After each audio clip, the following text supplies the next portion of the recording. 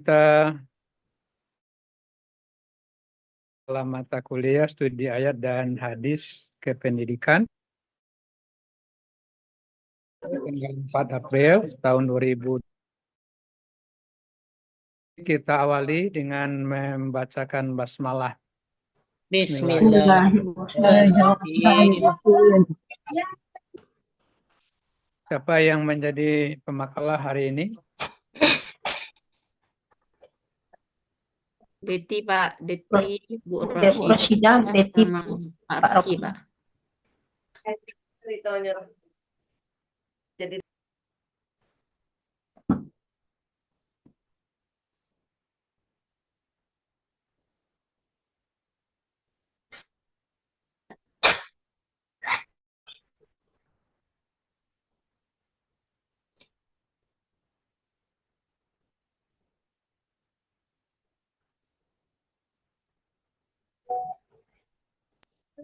Baik, maaf sekali lagi, siapa yang menjadi pemakalah ini? Rashidah sama Bu Deti sama Rocky. Bu Rosidah mau dibantu PPT-nya di-share. Oh, tiga boleh orang ya? atau Sama jadikan Rocky. host? Udah Yang Rashidah sudah, yang Rocky belum ya? saya kirim Rocky di sudah grup. juga. Iya, Bu. Dikirim ke tiga-tiganya. Iya, Pak. Benar, Pak. Udah di grup Bu Syifa, udah ketemu di yang Udah. PPT-nya.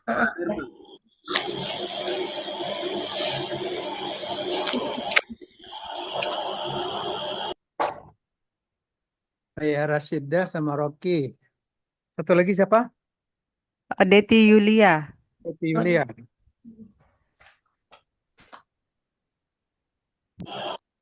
Dengan topik tujuan pendidikan dalam perspektif hadis. Benar, Pak Prof. Makalah bahan seminar disiapkan oleh Rashidah, Rocky M, dan Deti Yulia. Ya, Pak. Yang hadir, ada berapa orang ini?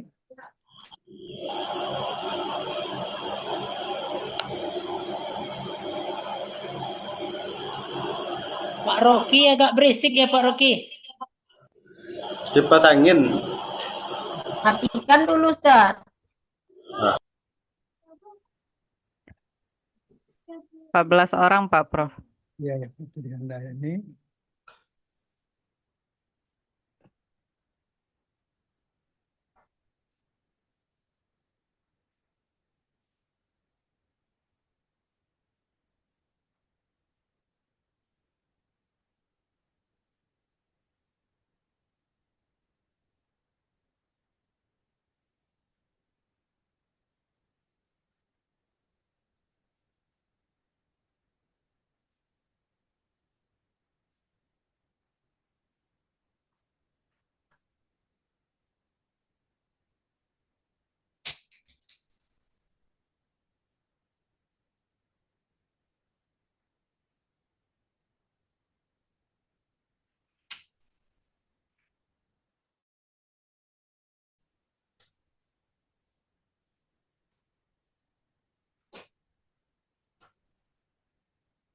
Ya, sejauh ini yang belum Jamaluddin ya. Jamaluddin belum hadir. Fitri Wulandari, Yoga, dan Taufik Hidayat. Maaf Pak Prof, Fitri Wandari sudah hadir Pak Prof. Fitri Wulandari. Iya Pak, ini Pak. Sudah hadir Pak. Oke, Fitri ya. Wulandari. Terima kasih Pak. Yang belum tinggal Jamaluddin, Yoga Adiansa, dan Taufik Hidayat. Baik. Seperti biasa. Jamal izin umroh, Pak. Oh, sedang di sini ya. Iya, Pak.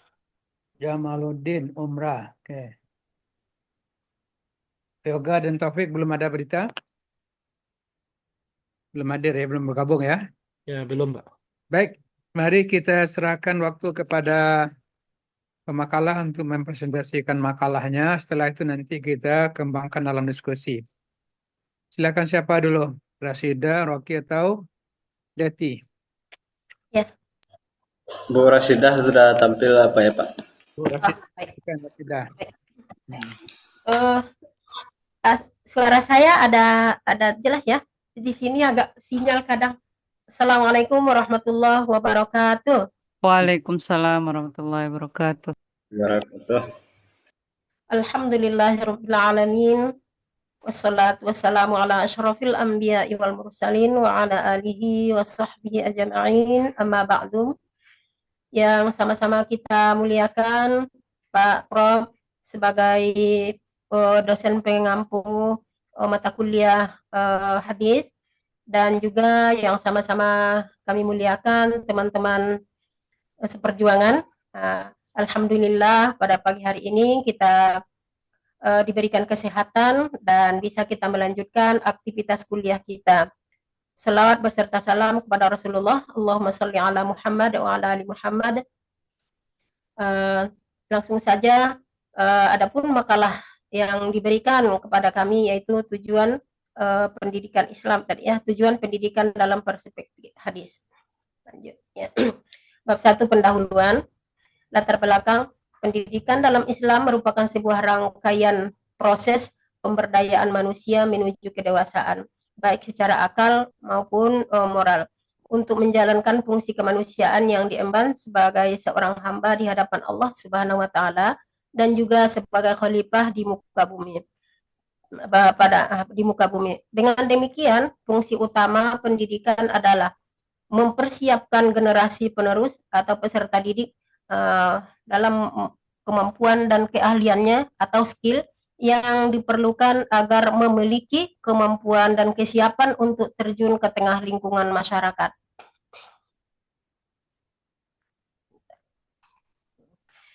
Tujuan pendidikan dirumuskan pada Konferensi Pendidikan Islam Sedunia yang pertama di Mekah tahun 1977 yang diprakarsai oleh King Abdul Aziz University.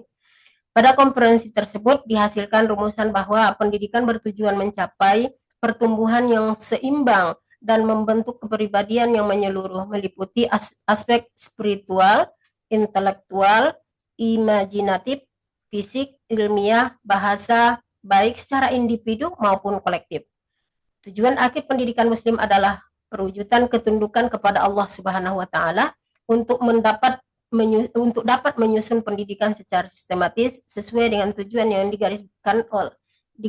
Maka negeri-negeri muslim harus melaksanakan syariat Allah Subhanahu wa taala dan membentuk kehidupan manusia berdasarkan asas-asas serta nilai-nilai Islam. Lanjut Bu Sipa. Untuk pencapaian tujuan pendidikan pengetahuan dikelompokkan kepada kategori, yaitu pertama, pengetahuan abadi yang didasarkan pada Al-Quran dan hadis. Kedua, pengetahuan yang diperoleh dari ilmu-ilmu sosial dan alam dan terapan. Pada makalah ini akan dikemukakan pembahasan tujuan pendidikan Islam berdasarkan hadis-hadis Rasulullah Shallallahu Alaihi Wasallam yang meliputi tujuan pendidikan, keimanan, akhlak, dan amal soleh atau ibadah. Lanjut. Rumusan masalah. Rumusan masalahnya, pengertian pendidikan. Tujuan pendidikan dibagi menjadi beberapa bagian. Bagaimana tujuan pendidikan Islam dalam hadis. Lanjut. Tujuan udah. Bab 2 pembahasan.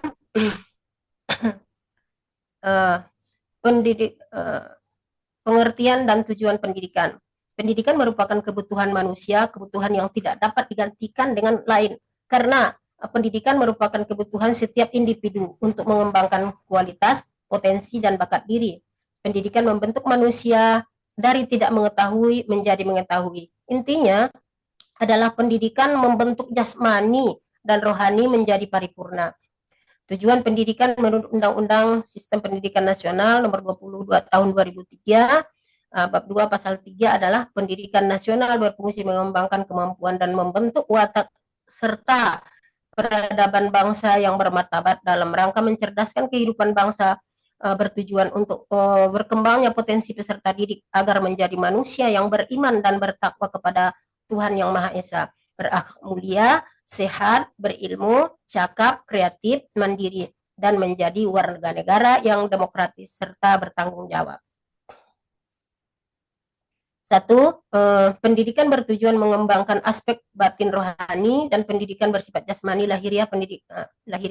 Pendidikan bersifat rohani merujuk kepada kualitas kepribadian, karakter, akhlak, dan watak. Kesemuanya itu menjadi bagian penting dalam pendidikan. Kedua, pengembangan fokus pada aspek jasmani seperti ketangkasan, kesehatan cakap, kreatif. Pengembangan tersebut dilakukan di institusi sekolah dan di luar sekolah seperti di dalam keluarga, masyarakat. Tujuan pendidikan berusaha membentuk pribadi berkualitas.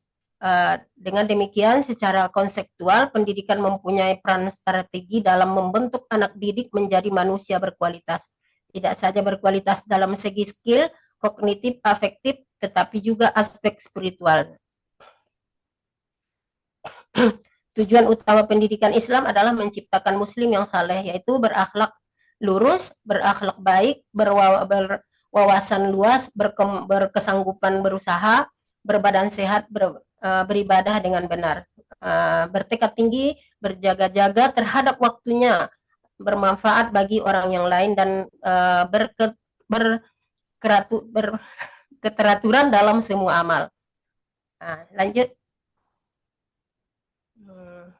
Ini beberapa hadis Rasulullah. Dari hadis Rasulullah memberikan pendidikan keimanan kepada sahabat dengan menjelaskan bagaimana iman kepada Allah. Sebagaimana berikut.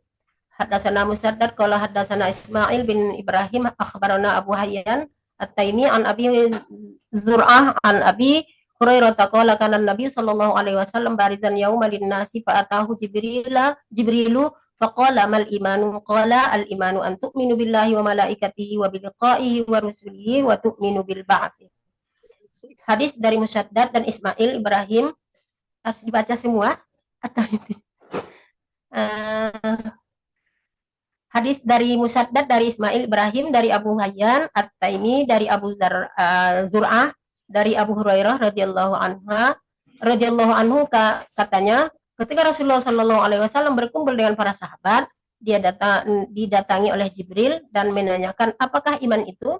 Jawabnya, al-iman itu adalah meyakini adanya Allah, malaikat, kitabnya, dan pertemuan dengan Rasulnya, dan meyakini adanya hari berbangkit. Kualitas hadis ini adalah syarif ma'ruf yang sampai kepada Musaddad dari Abu Hurairah. Lanjut.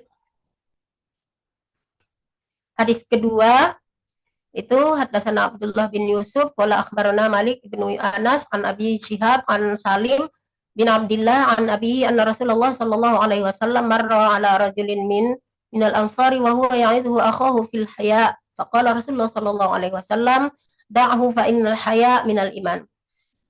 Hadis ini diriwayatkan Abu Abdillah Ibnu Yusuf, katanya memberitakan kepada kami Malik bin Anas Ibni Syihab dari Salim bin Abdillah dari ayahnya, Rasulullah Shallallahu alaihi wasallam bersabda, biarkanlah sesungguhnya malu itu adalah sebahagian dari iman. Sahih Bukhari. Lanjut. Hadis di atas memiliki keberadaan yang kuat untuk dijadikan sebagai dasar tujuan pendidikan Islam, sebagaimana sebab datangnya teks hadis bahwa Rasulullah mendapatkan pengaduan dari sahabatnya tentang sahabat lain yang melakukan kesalahan. Lalu Rasulullah mengatakan, biarkanlah sesungguhnya malu itu adalah sebagian dari iman. Jadi pendidikan Islam yang dibina oleh Rasulullah adalah penghargaan terhadap nilai kemanusiaan, bahwa seseorang yang merasa malu kesalahannya disampaikan di muka umum sebagai pertanda di dalam dirinya masih ada nilai keimanan. Lanjut.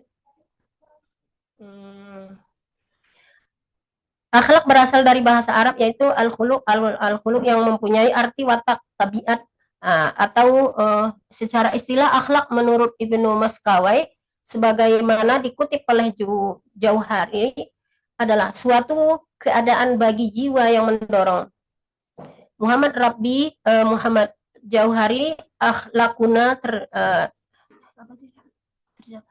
Dadang Somar Ali Bandung ada 88 yang melakukan dia melakukan tindakan-tindakan dari keadaan itu tanpa melalui pikiran dan pertimbangan. Keadaan ini terbagi dua, ada yang berasal dari tabiat aslinya, ada pula yang diperoleh dari kebiasaan yang berulang-ulang. Boleh jadi pada mulanya tindakan itu melalui pikiran dan pertimbangan, kemudian dilakukan terus-menerus, maka jadilah suatu bakat dan akhlak. Nah, terus masih banyak sih Pak. Ayat itu dah. Yang ketiga adalah pendidikan amal saleh dan ibadah. Amal saleh adalah buah dari adanya iman dan akhlak yang baik dan dalam diri seseorang mukmin. Sehingga demikian pendidikan ibadah sangat penting. Rasulullah menjelaskan tentang urgensi amal saleh sebagai berikut dalam hadisnya. Hadatsana Abul Walid Hisham bin Abdul Malik qala hadatsana Syu'bah qala Al-Walid bin Ibnul Aziz akhbarani qala sami'tu Aba Amrin Asy-Syaibani yaqulu hadatsana sahib hadhihi dar wa asyara ila dari Abdullah qala sa'altu Nabi sallallahu alaihi wasallam ayul amalu ahabbu ila Allah as-salatu ala waqtiha qala summa ayyu qala summa birrul walidain qala summa ayyu qala al-jihadu fi sabilillah qala hadatsani bihinna walau istazathu lazadani. Beliau bersabda hadis dari Walid bin Hisham Abi Al-Malik berkata, hadis Syu'bah berkata Walid bin Aizar, dia memberikan padaku, katanya aku mendengar Aba Amri Asy-Syaibani, hadis dari pemilik rumah Abdullah, katanya aku bertanya kepada Rasulullah, amal apakah yang paling utama? Beliau menjawab, salat pada waktunya. Lalu aku bertanya apalagi? Beliau menjawab, berbakti kepada orang tua. Dan lalu aku berkata lagi, apalagi, yaitu jihad di jalan Allah. Terus Bu Syifa, lanjut.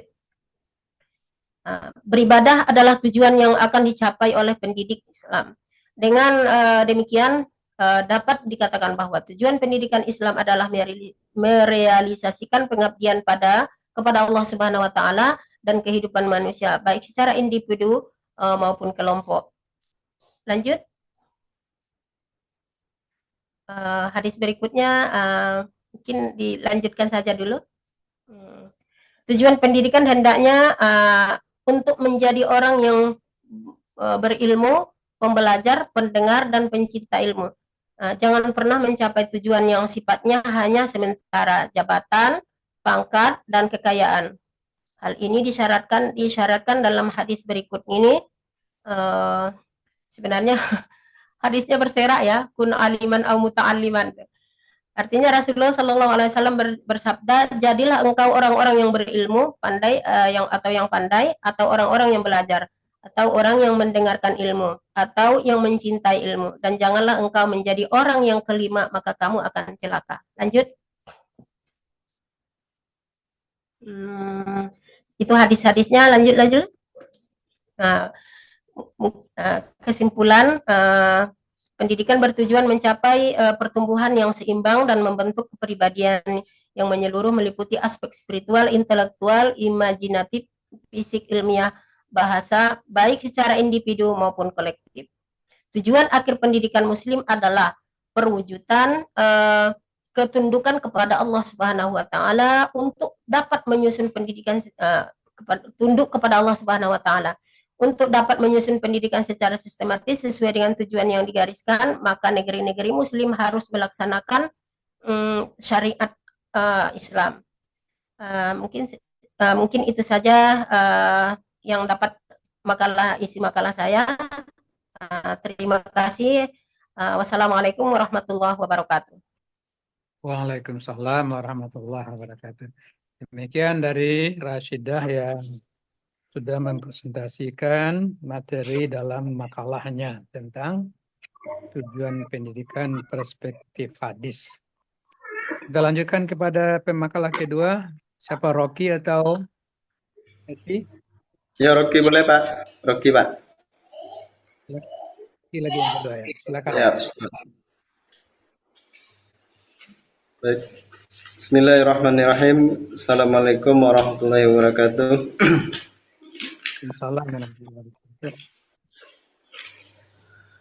Innal hamdalillah nahmaduhu wa nasta'inu wa nastaghfiruh wa na'udzu billahi min syururi anfusina wa min sayyiati a'malina may yahdihillahu fala mudhillalah wa may yudlil fala hadiyalah. Asyhadu an la ilaha illallah wa asyhadu anna Muhammadan abduhu wa rasuluh. Allahumma salli wa sallim ala sayyidina Muhammad wa ala alihi wa sahbihi wa man tabi'ahum bi ihsani ila yaumiddin. Bersyukur pada Allah Subhanahu wa taala dengan rahmat dan karunia-Nya lah sehingga pada hari ini masih diberikan nikmat kesehatan dan kesempatan.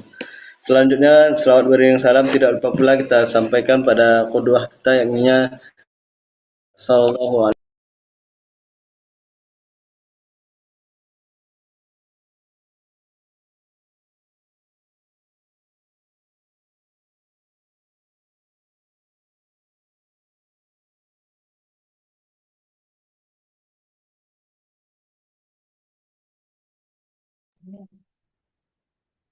Sepertinya jaringan agak terganggu dengan Rocky ini. Terlempar nampak.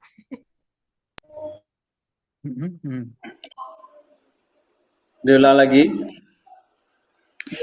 Tujuan dari pendidikan dalam perspektif hadis. Pengertian, tujuan dan sasaran. Latar belakang salah satu sumber utama ajaran Islam yang memberikan landasan kuat bagi konsep pendidikan adalah hadis Nabi Muhammad. Hadis tidak hanya berfungsi sebagai penjelas Al-Quran, tapi juga sebagai pedoman praktis dalam berbagai aspek kehidupan. Lanjut. Untuk mencapai tujuan tersebut, kajian ini akan menelaah beberapa aspek. Yang pertama, pengertian dan tujuan pendidikan. Yang kedua, apa saja tujuan pendidikan menurut perspektif hadis. Kemudian bagaimana cara menjelaskan arah dan proses pembentukannya. Terus terakhir, apa manfaatnya. Lanjut. Pertama, pengertian tujuan pendidikan dan perspektif hadis. Pengertian, tujuan dan sasaran. Pendidikan atau sama dengan kalau asal katanya didik itu membimbing dan melatih supaya menjadi manusia yang berakhlak, cerdas, mandiri. Jadi maknanya pendidikan menekankan pada pengembangan potensi peserta didik secara menyeluruh. Tujuan menguasai ilmu dunia, ilmu pengetahuan dan menguasai ilmu akhirat seperti meningkatkan iman dan takwa. Jadi dari pendidikan itu buahnya adalah akhlak yang mulia dan bermanfaat di tengah masyarakat.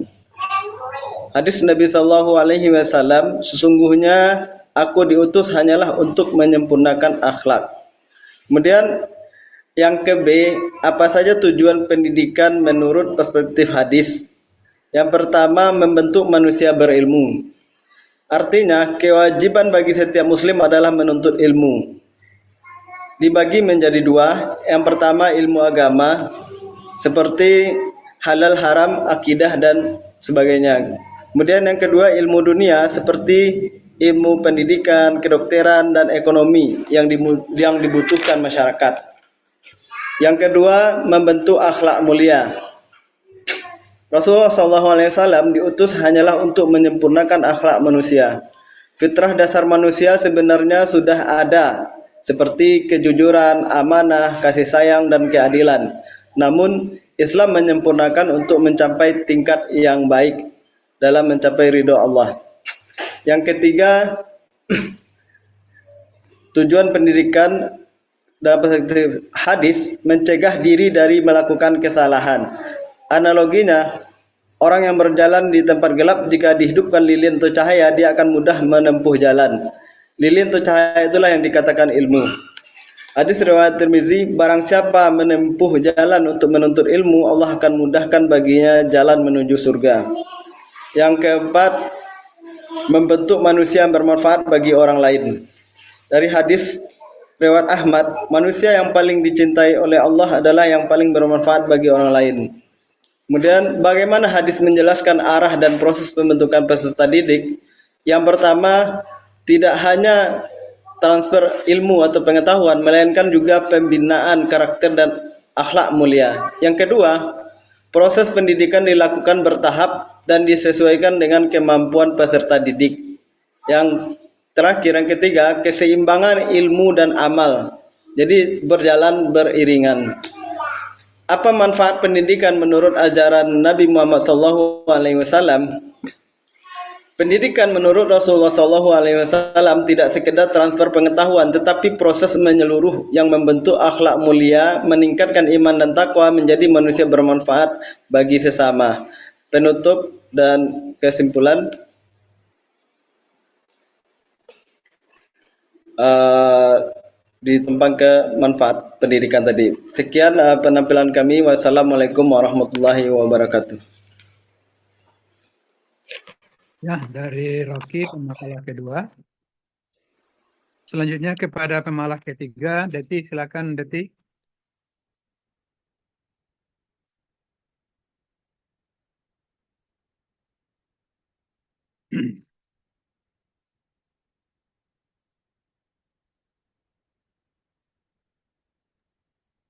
Bismillah, Assalamualaikum warahmatullahi wabarakatuh. Waalaikumsalam. Alhamdulillahirrabbilalamin. Wassalatu wassalamu ala rasulillah sallallahu alaihi wasallam. Terhormat kepada Bapak Prof yang telah berkesempatan hadir pada perkuliahan kita pada pagi hari ini. Selanjutnya kepada teman-teman yang juga hadir pada kesempatan hari ini. Selanjutnya saya akan memaparkan presentasi makalah yang berjudul Tujuan Pendidikan Perspektif Hadis. Yang pertama, pendahuluannya, pendidikan dalam Islam merupakan aspek fundamental yang berkaitan erat dengan tujuan penciptaan manusia. Berlandaskan tauhid, manusia diciptakan sebagai hamba Allah dan khalifah di muka bumi. Pendidikan Islam bukan sekedar transfer ilmu pengetahuan, melainkan proses pembentukan karakter dan kepribadian yang selaras dengan nilai-nilai Islam. Tujuan utamanya adalah melahirkan manusia beriman, berilmu, berakhlak, mulia sebagai wujud pengabdian kepada Allah Subhanahu wa Ta'ala. Selanjutnya, pengertian tujuan pendidikan. Dalam Kamus Besar Bahasa Indonesia, tujuan diartikan sebagai arah, haluan, atau sesuatu yang hendak dicapai. Dalam bahasa Arab, tujuan dikenal dengan istilah al-hadaf, sasaran yang dituju, dan al-ghord, target yang ingin dicapai. Tujuan pendidikan dipahami sebagai hasil akhir yang ingin dicapai melalui proses pembelajaran yang terarah dan sistematis. Fungsi tujuan yaitu sebagai arah dan kontrol proses pendidikan, menentukan hasil akhir, dan mengubah perilaku individu dalam konteks personal dan sosial. Dalam perspektif Islam, tujuan pendidikan tidak hanya berorientasi pada perubahan perilaku semata, tetapi juga diarahkan pada pembentukan manusia yang berakhlak mulia. Dengan akhlak yang mulia, seseorang tidak hanya mampu memperbaiki diri sendiri, tetapi juga berpotensi memberikan perubahan positif terhadap lingkungannya. Menurut pendapat para ahli, Abdurrahman An-Nahlawi, tujuan pendidikan adalah merealisasikan penghambaan kepada Allah dalam kehidupan manusia, baik secara individual maupun secara sosial. Sedangkan menurut Ahmad Marimba, tujuan akhir pendidikan adalah terbentuknya kepribadian Muslim yang utuh. Sedangkan menurut Al-Ghazali, itu menciptakan manusia sempurna yang dekat dengan Allah, mencapai kebahagiaan dunia dan akhirat melalui keterampilan dan ketakwaan. Jadi dapat dipahami tujuan pendidikan Islam itu sebagai arah atau haluan yang ingin dicapai melalui seperangkat program atau misi pendidikan yang dilaksanakan berdasarkan nilai-nilai Islam, baik dalam lingkungan formal, informal, dan non-formal.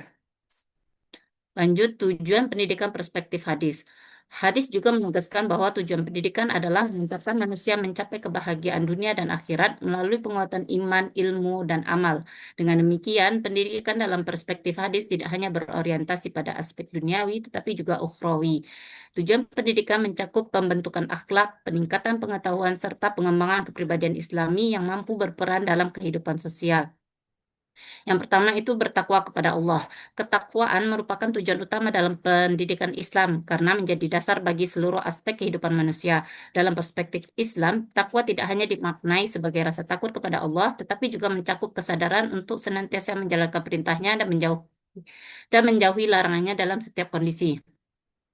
Dalam hadis Abu Hurairah radhiyallahu anhu, Rasulullah SAW ditanya yang artinya siapa manusia yang paling mulia, yaitu beliau menjawab orang yang paling bertakwa. Hadis Bukhari dan Muslim. Dalam perspektif pendidikan, hal ini menegaskan bahwa tujuan pendidikan adalah mengarahkan peserta didik kepada pengabdian kepada Allah. Pendidikan harus menanamkan kesadaran spiritual sehingga peserta didik mampu menjalankan ibadah dengan baik dan menjadikan Allah sebagai tujuan hidupnya. Yang kedua, beriman dan berilmu. Iman adalah fondasi utama dalam pendidikan Islam, sementara ilmu membantu memahami dan mengamalkan ajaran Islam dengan benar. Berdasarkan hadis Sufyan bin Abdullah As-Saqafi berkata kepada Rasulullah, "Ya Rasulullah, katakanlah kepadaku sesuatu tentang Islam yang tidak akan saya tanyakan lagi setelah engkau." Nabi bersabda, "Katakanlah aku beriman kepada Allah, kemudian istiqomahlah." Maka pendidikan tidak hanya menanamkan pengetahuan keimanan, tetapi juga membentuk konsistensi dalam menjalankannya.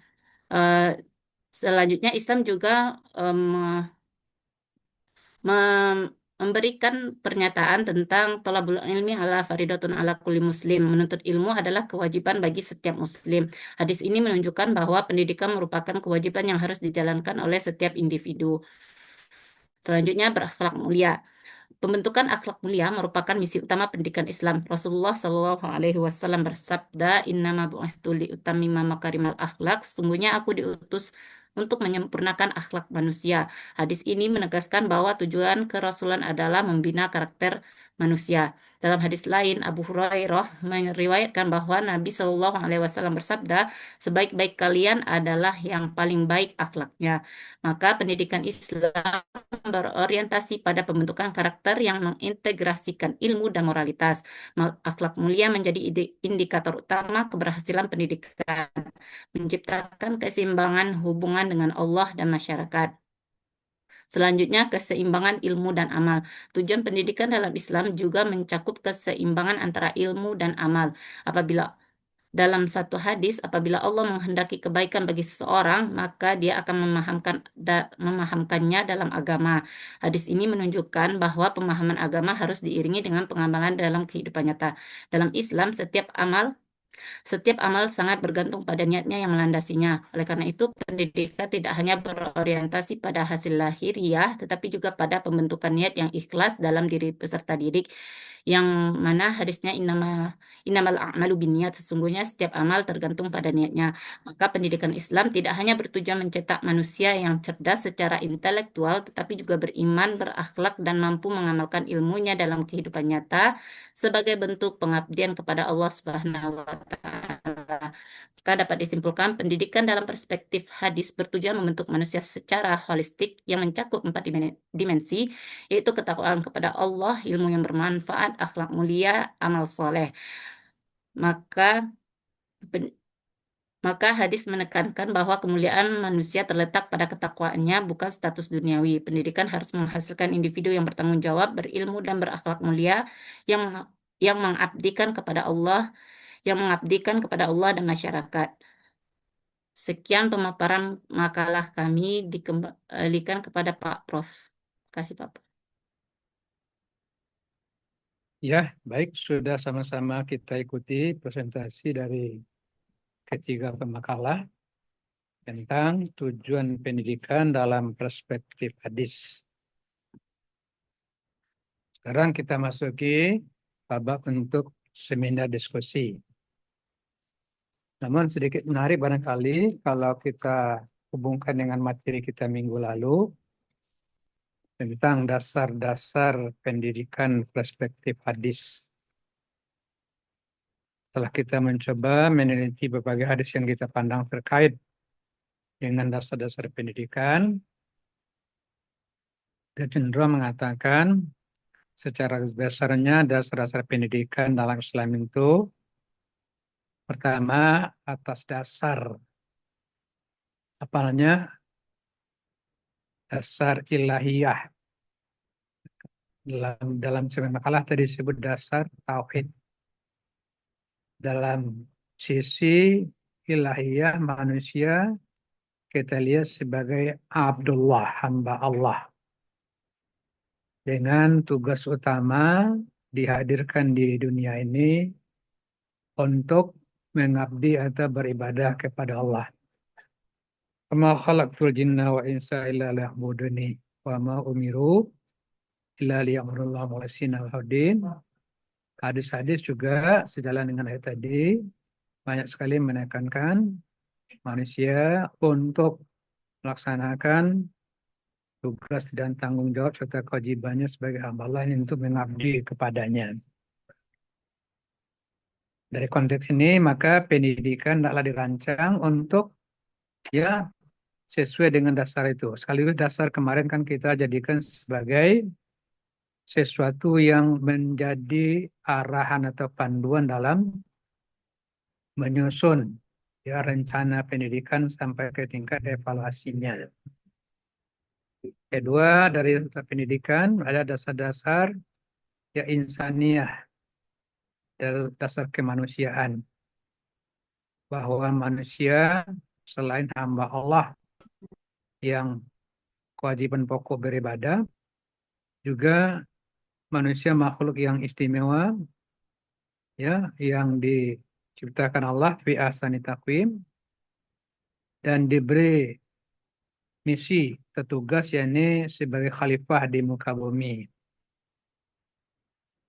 Tujuan manusia sebagai khalifah adalah untuk membawa rahmat, memakmurkan, mensejahterakan kehidupan di muka bumi.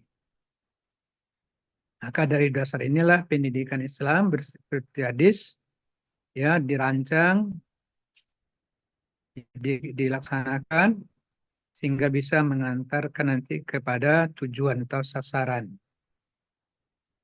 Nah, sekarang justru kita diskusikan apa lagi tujuan pendidikan kalau kita lihat dari hadis Rasulullah. Sebetulnya pendekatan yang baik lebih dahulu menonjolkan hadis-hadisnya yang sangat penting dulu. Karena ini dari perspektif hadis. Ya tentu selama ini kita sudah belajar juga tentang pendidikan, berbagai teori yang mungkin tapi cobalah kesampingkan teori itu dulu.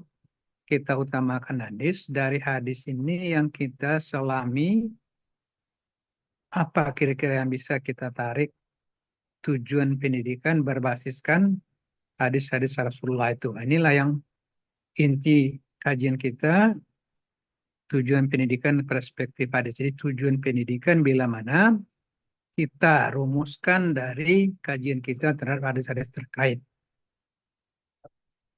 Ya, mudah-mudahan diskusi kita bisa lebih terarah, yakni mengkaji tujuan pendidikan setelah kita mempelajari berbagai hadis yang terkait. Nah, sekarang kita masuk ke sesi tanggapan kepada penanggap utama yang kemarin tampil menjadi pemakalah, sekarang diberi tugas untuk penanggap utama. Silakan siapa yang kemarin menjadi pemakalahnya Siva, Pak. menjadi ya Siva, Pak. kurang jelas kedengaran suaranya. Siva, Siva. Pak. Siapa sama siapa? Ada Fitri Siva, Wulandari, Pak. Fitri, sama Yeni.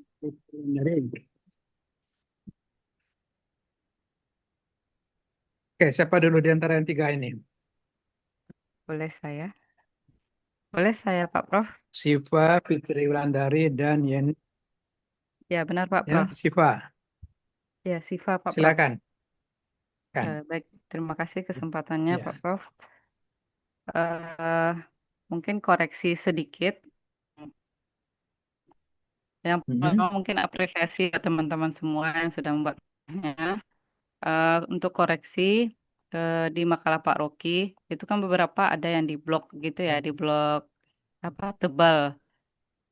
Itu bisa maksudnya itu apa? Atau itu ketentuan baru atau bagaimana? Biasanya kan yang di blog itu ada ketentuannya ya. Karena di blog itu kayaknya ada beberapa di latar belakang, di bagian beberapa kayaknya ada gitu. Mungkin kalau itu memang tidak ada, ke depannya kalau bisa tidak usah di blog begitu. Untuk keseluruhan apa kayak tertulisnya itu udah oke sih. Terus untuk Borosida itu di bagian cover mungkin tertinggal atau terlupa sepertinya huruf apa 1447 Hijriahnya lupa. Itu. Yang kedua penggunaan pilihan apa ya? Kertasnya itu bukan kertas A4. Jadi mungkin agak lebih lebar jadinya gitu. Terus yang itu sesuai dengan ketentuan Stypik, kita menggunakan body note. Kalau bisa disesuaikan dengan body note begitu. Selanjutnya, yang berikutnya, ini hanya masukan ya untuk ke depannya. Selanjutnya, untuk Borosida yaitu penomoran halaman. Kalau bisa bagian cover tidak memakai nomor halaman. Itu untuk koreksinya. Semoga ke depannya bisa diperbaiki. Boleh lanjut bertanya, satu pertanyaan aja Pak Prof. Siva tidak adil. Tidak ada. Ketika makalah sudah 47 kurang halnya dikritisi. Iya, Pak Prof. Covernya makalah Rocky ada juga yang kurang tapi didiamkan Oh, ada saja. juga. Mohon maaf. Oh, hilaf saya, Pak Prof. Mohon Ya maaf, kan? Pak Prof. Mohon maaf semuanya. Iya ya, Pak Prof. Oh, baik, Pak Prof. Makalah Rocky ya. Itu yang ini Rasidah. Iya, Pak Prof. Penempatan kata-kata makalah itu di atas sekali nil tentunan atau sesudah judul, sudah lambang. Ini kan makalah Rasidah covernya di atas sekali makalah. Baru Iya, judul Pak Prof. makalah. Kemudian baru lambang tekstur.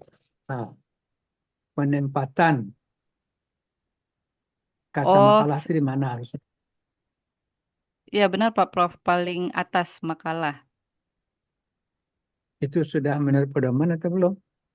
Menurut pedoman Pak Prof. Enggak. Kalau di atas sekali. Iya, di Sesudah judul sudah pedomannya lambang. ini. Mhm. Kalau di UIN mungkin beda Pak Prof. Lambang dulu baru keterangannya di bawah. Oke lah, lihat nanti ya, oke lah kalau gitu ya. Ya, baik Tapi Pak Prof. juga ini apa namanya kurang apa ya, penulis studi ayat dan hadisnya tidak di tengah ini.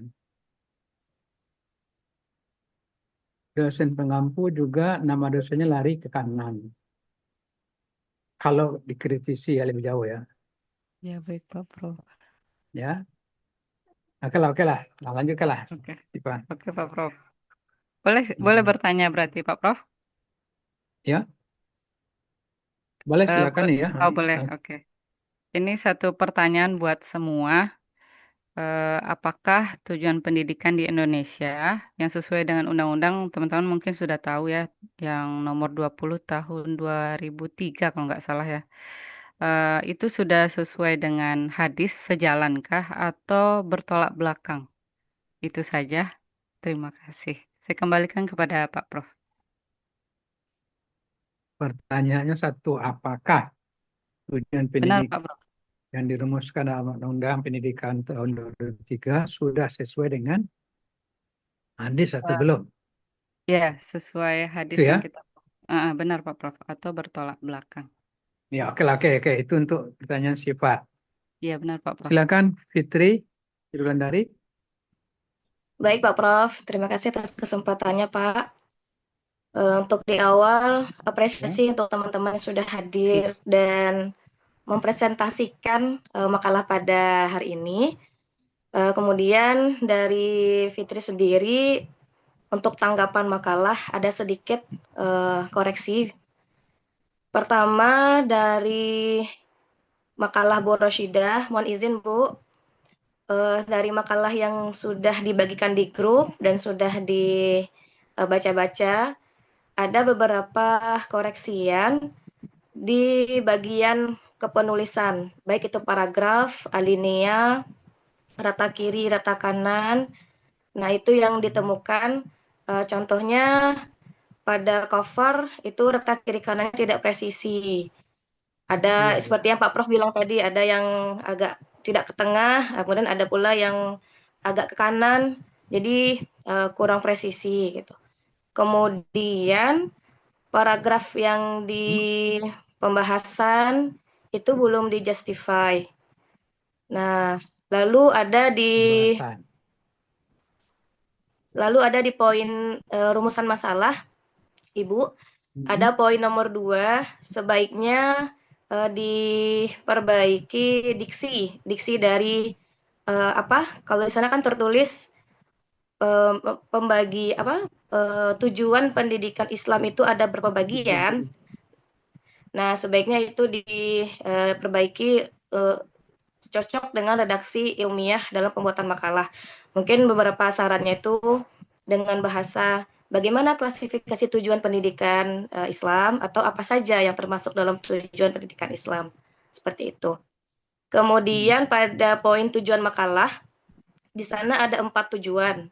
Sementara yang kita tahu tujuan penulisan makalah itu adalah menjawab dari rumus masalah. Maka kalau rumusan masalahnya tuh ada 3, berarti tujuannya tuh ada 3 juga. Nah, sementara sini lebih jadi 4. Dan yang keempat itu pun setelah dibaca, isinya adalah untuk memenuhi tugas mata kuliah. Nah, yang seharusnya keterangan ini tuh sudah tertulis di cover seperti yang sudah Ibu buatkan. Jadi tidak perlu diulang lagi di tujuan pembuatan penulisan makalah. Dan yang terakhir untuk daftar pustaka, penulisan daftar pustaka jika ada lebih dari 1 baris, maka baris kedua dan baris ketiganya itu menjorok ke dalam. Namun yang terlihat di makalah itu terbalik, baris pertama yang menjorok, baris kedua ketiganya yang agak ke pinggir begitu. Mungkin ini menjadi sama dengan Bu Siva tadi sebagai masukan. Semoga untuk kedepannya sama-sama kita bisa perhatikan gitu, Bu. Terus mohon izin juga untuk makalah Pak Rocky. Dari yang kami baca, dari halaman, alhamdulillah dari cover, terus latar belakang itu sudah rapi. Untuk secara penulisan sudah oke. Namun pada halaman 2, mulai dari awal pembahasan sampai halaman 10 itu tidak nampak citasinya. Referensinya tidak nampak. Berarti kan ada 8 halaman itu tidak ada citasinya. Maka menjadi pertanyaan kami juga dari sumber mana diambil. Baru ada di halaman 11, itu pun hanya 1. Sementara kalau kita lihat di daftar pustaka itu lumayan banyak buku-bukunya. Apakah mungkin kalau kita lihat kan daftar pustaka itu isinya tentang hadis, buku-buku hadis. Mungkin nanti bisa diberikan konfirmasi apakah dari sana pengambilannya gitu. Kurang lebih itu Pak Prof untuk kritikannya Pak. Baik, untuk materi, pertanyaan menyangkut materi bahasan. Baik Pak, izin untuk bertanya kepada ketiga pemakalah. Dari yang sudah kita dengarkan paparan dari pemakalah terkait tujuan pendidikan Islam, pada kesimpulannya kita ambil bahwasanya tujuan itu adalah membentuk karakter rahmatan lil alamin lah, kalau bisa kita ambil kesimpulannya. Nah, yang menjadi pertanyaan saya di sini adalah bagaimana resepnya mungkin atau formulasinya tujuan pendidikan Islam dalam membentuk karakter rahmatan lil alamin ini dengan situasi yang sekarang. Dengan situasi masyarakat yang pluralistik, yang beraneka karakter, kemudian juga beraneka latar belakang, isu-isu seperti moderasi beragama, krisis-krisis lainnya. Nah, sejauh mana formulasi tujuan pendidikan Islam ini mampu membentuk karakter rahmatan lil alamin di situasi saat ini begitu. Dicukupkan Pak Prof. Terima kasih Pak. Oke, terima kasih kepada Witri. Selanjutnya kepada Yeni. Yeni Marlina. Assalamualaikum warahmatullahi wabarakatuh. Izin Pak Prof, kalau untuk tanggapan dari makalah, saya rasa sudah cukup ya Pak Prof. Sudah disampaikan sama yang penanggap terdahulu. Di sini saya akan bertanya tentang kepada ketiga pemakalah nantinya. Pertanyaan saya di sini yaitu bagaimana hadis menjelaskan tentang pentingnya kesabaran dan ketabahan dalam proses belajar. Cukup sekian. Assalamualaikum Hadis warahmatullahi wabarakatuh. kan tentang Menjelaskan pentingnya kesabaran dan ketabahan ketabahan dalam proses belajar Pak Prof. menjalankan pendidikan. Ya, Ya Pak Prof. ya. Terima kasih Pak Prof. Satu saja. Iya Pak Prof. Baik. Ya, kalau gitu kita kembalikan sekarang kepada pemakalah untuk memberikan jawaban atau penjelasan terhadap pertanyaan-pertanyaan dari penanggap utama tadi. Mulai dari pertanyaan-pertanyaan, atau kita ini dulu tentang apa dulu? Teknik penulisan tadi ada beberapa yang dipertanyakan oleh penanggap. ada yang huruf-hurufnya ditebalkan, dibolkan, dan kemudian penempatan yang kurang presisi seperti covernya makalah Rasyidah dan lainnya. Silakan pemakalah. Gimana? Baik, ya Pak Prof, saya coba tanggapi. Memang kemarin sepertinya di laptop saya, menurut saya sudah benar, tapi setelah di-share, karena yang saya share itu bukan PDF, itu permasalahannya ternyata di situ. Karena kalau PDF itu tidak lari-lari, saya share bukan PDF, ternyata Word. Akhirnya terjadilah masalah itu. Jadi Bu Rasyidah yang salah komputernya atau Bu Rasyidah? Saya intinya waktu mengirim pas ya Pak. Ternyata Iya, jadi saya kalau tidak gitu mengirim PDF, menyalahkan. tidak di PDF-nya Pak. Kalau PDF dikirim, Kalau kami dengar jawabannya seperti itu, konsepnya sudah benar. Tapi setelah iya. di print, ternyata hasilnya begitu. Seakan-akan kan salahnya pada setelah terkirim Pak. Setelah bagaimana terkirim kalau karena PDF, tidak PDF. Bagaimana kalau tidak terima saja yang salah gitu. Dan saya bagi Mira karena Bu Rasyidah tahu salahnya. Baru sadar saya Pak bahwa yang saya kirim bukan PDF. Bentar. Bu Rasyidah yang ditanggapi oleh teman-teman sekarang itu adalah yang di-share, itulah yang sampai kepada mereka. Iya. Nah, ketika melihat apa yang di-share itu tampaknya ada yang kurang pas, maka dikritisi lah. Menurut saya terima aja lah kritik teman itu barangkali. Iya. Ya terima Pak. Insya Allah saya terima ada kesalahan saya bahwa di awal karena tidak PDF yang dikirim, tentu dia bertukar semua. Nah dan yang mungkin penting penomoran itu insya Allah saya perbaiki. Kita tidak lagi ingin berbuat kesalahan sama untuk kedepannya. Ada selesai itu barangkali. Tapi Ya, kalau Pak, Rocky mungkin punya alasan enggak untuk memberikan bol dalam kalimat-kalimat tertentu di dalam penulisannya. Silakan Rocky, gimana?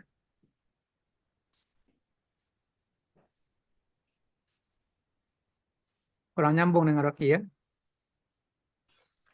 Terima kasih saran-sarannya gitu Pak. Ya. Insya Allah untuk ke depan kita perbaiki yang tadi tuh ya, kita koreksi lagi gitu Pak. Jadi saya terima kesalahannya gitu Pak. Insya Allah mengenai referensi juga masih banyak yang kurang. Itu saja Pak.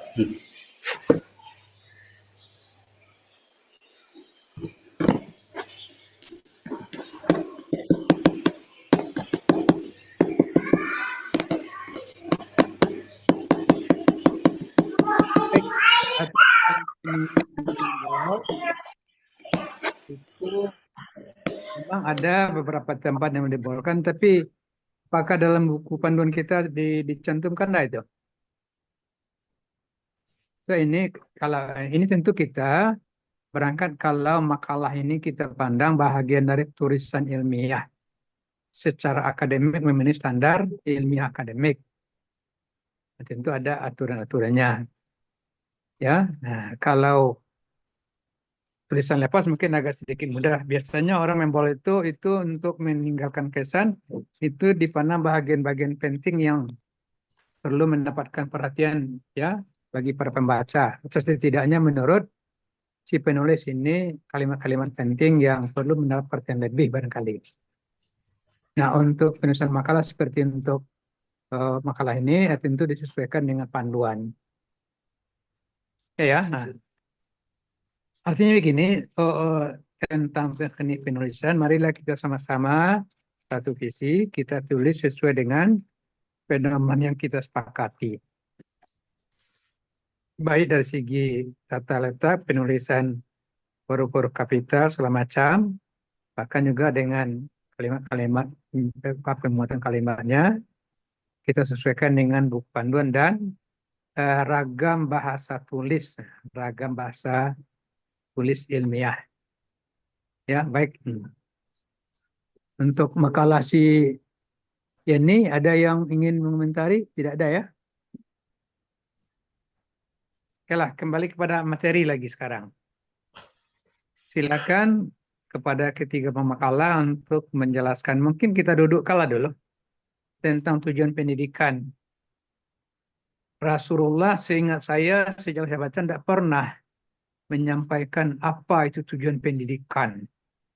Seperti yang dirumuskan oleh para ahli atau yang kita baca dalam undang-undang pendidikan itu.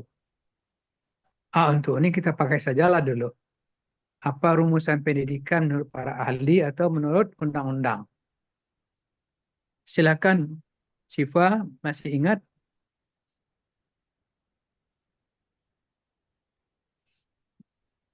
Iya, Pak Ya, Prof. silakan. Iya, silakan. Apa tujuan pendidikan yang paling tepat kita pegangi untuk bahasan makalah ini? Untuk yang pemakalah, Pak Kalau Prof. sederhananya tujuan itu kan sesuatu yang ya. Tujuan itu sesuatu yang menjadi sasaran ya, atau yang hendak dicapai, yang hendak diwujudkan. Goal ya. Nah, sekarang tujuan pendidikan. Pendidikan itulah usaha sadar yang terencana untuk mengembangkan potensi manusia ya ke arah kesempurnaan. Baik dia sebagai makhluk hamba Allah maupun dia sebagai seorang manusia dalam kehidupan sosial sehari-hari. Nah, sekarang kita ingin mencoba menapaki dari hadis-hadis yang kita pandang terkait dengan pendidikan, apa yang bisa kita katakan berdasarkan telah kita kepada hadis, tujuan pendidikan itu barangkali yang tepat adalah ini. Inilah inti. Silakan kepada pemakalah. Nah, ya, izin Pak Prof, pemakalah itu ada Ya. Ibu Deti, Bu Rosida dengan Pak Roki. Mohon maaf Pak Prof, saya penanggap. Oh iya, Siva benar. Ya, mohon Soalnya maaf Pak Prof. yang mengangkat tadi tujuan pendidikan kan Siva ya. Oh ya benar Pak Prof, benar. Iya, Saya katanya. masih Oke lah, Rashidah atau Rocky, ya silakanlah dijawab kira gimana.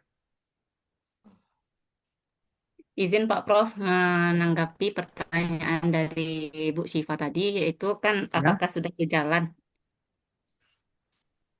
Izin Pak Prof menanggapi Pak Prof. Oke, silakan. Tadi kan pertanyaannya itu apakah tujuan pendidikan yang terdapat dalam Undang-Undang Nomor 20 Tahun 2003 itu sudah sejalan atau bertolak belakang dengan hadis seperti itu kan. Secara kayak substansinya kita lihat undang-undang itu kan ada membahas menjelaskan tentang apa namanya, beriman dan bertakwa kepada Tuhan Yang Maha Esa, berakhlak mulia, berilmu, cakap dan kreatif seperti itu kan Pak Prof. Di dalam makalah kami itu juga ada menjelaskan hadis menjelaskan ada hadis yang menjelaskan tentang bertakwa, kayak yang ada tadi itu yang paling mulia itu adalah orang yang paling bertakwa. Maka dalam undang-undang itu kan menempatkan iman dan takwa sebagai tujuan utama. Maka itu kayaknya sejalan antara tujuan pendidikan di Indonesia dengan hadis tadi seperti itu. Dan ada juga dalam hadis dalam makalah kami juga ada yang inama bu'istu liutamima makarimal akhlak itu kan berakhlak mulia. Maka dalam tujuan pendidikan nasional juga ada kan berakhlak mulia. Maka itu rasanya sejalan seperti itu. Juga ada dengan yang pengembangan ilmu dalam undang-undang itu kan menyebutkan berilmu, cakap, kreatif. Tadi juga kami menyebutkan dalam hadis juga ada itu yang kayak hadis mana tadi? Ada juga tadi hadisnya Pak Prof dalam makalah dan ada juga yang ada yang beramal dan yang beramal. Berarti kan dia itu dalam undang-undangnya ada yang mandiri, bertanggung jawab, jadi warga negara yang baik seperti itu. Jadi secara substansinya tujuan pendidikan dalam undang-undang ini sudah sejalan dengan tujuan pendidikan dalam perspektif hadis. dapat dikatakan tujuan pendidikan nasional itu tidak ada bertentangan dengan hadis, bahkan dapat dipandang sebagai sudah mencakup ada nilai-nilai Islamnya gitu, Pak Prof. Mungkin itu jawaban dari saya. Ya, Deti menilai yang terdapat dalam sudah sejalan dengan perspektif hadis. Dan Rasida, sepakat? Baik Pak Prof, saya coba nambahkan sedikit. Maaf Pak Rocky. Ya, langsung Ya, gimana Pak Rocky? Saya? lanjut dulu. Ya. Oke, Pak Rocky. Ya Pak Prof. Ya, Silakan, gimana? saya coba nambahkan sedikit ya. Pertanyaan tadi yang memang substansi daripada pendidikan itu memang sudah sesuai dengan undang-undang ya. Nah, seperti beriman, bertakwa, dan berakhlak mulia kan sudah ada di situ. Sebenarnya kalau kita pahami, undang-undang itu sudah sesuai dengan hadis dan Al-Quran bahkan. Gitu. Nah, cuman kadang pelaksanaannya mungkin yang begitu ada sedikit-sedikit yang tidak sesuai. Rencana undang-undang itu sudah sesuai. Gitu. Jadi karena dalam artinya Iya, Pak. Artinya secara konseptual rumusan tujuan pendidikan dalam Undang-Undang tahun 2003 itu dipandang sudah sejalan sesuai dengan hadis-hadis Rasulullah. Iya. Iya, begitu. Iya, Pak Prof. Walaupun mungkin agamanya berbeda, itu sudah sesuai. Iya. Secara konseptual saya katakan, bukan dalam arti praktisnya ya. Oke, kalau Iya, Rocky Pak. gimana? Rocky gimana? Tanggapan dari saya sebenarnya menyampaikan di Undang-Undang Pendidikan tadi ya 20 tahun 2003 itu beriman, bertakwa, berakhlak mulia, sehat, cakap, kreatif gitu kan dan lain sebagainya itu bentuk versi lengkap ya. Jadi kalau pertanyaannya apakah bertolak belakang, tidak, itu sejalan gitu. Itu aja jawabannya. Saya juga mungkin sependapat dengan ketiga pemakalah dan penanggap ya bahwa tujuan pendidikan yang dirumuskan dalam Undang-Undang Kependidikan itu sekarang pertanyaannya tolong carikan hadis-hadis yang menunjukkan tujuan itu sejalan dengan perspektif hadis. Nah, mana hadis-hadis yang bisa kita jadikan dasar untuk mengatakan bahwa tujuan pendidikan secara nasional yang terdapat dalam undang-undang itu sejalan dengan hadis. Silakan kira-kira. Boleh Pak Prof, saya mungkin ini tidak tercantum di makalah kami. Saya kemarin coba juga, tetapi belum jadi juga masuk. Ada seperti hadis ya ittaqillah haitsuma kunta wa atbi'is sayyi'atil hasanati tamhuha wa khaliqin nasa bi khuluqin hasanin. Itu mungkin sebagai hadis yang menurut saya ya Pak yang sesuai dengan itu. Bertakwalah kepada Allah di mana saja kamu berada begitu. Nah, itu ada di situ dalam undang-undang tadi, beriman dan bertakwa kepada Allah Subhanahu wa taala gitu. Jadi saya menilai hadis ini mungkin sesuai dengan pendidikan tadi, undang-undang pendidikan tadi gitu. Itu mungkin saya Pak dari saya atau mungkin teman nambahkan. Silakan Rocky dan Deti.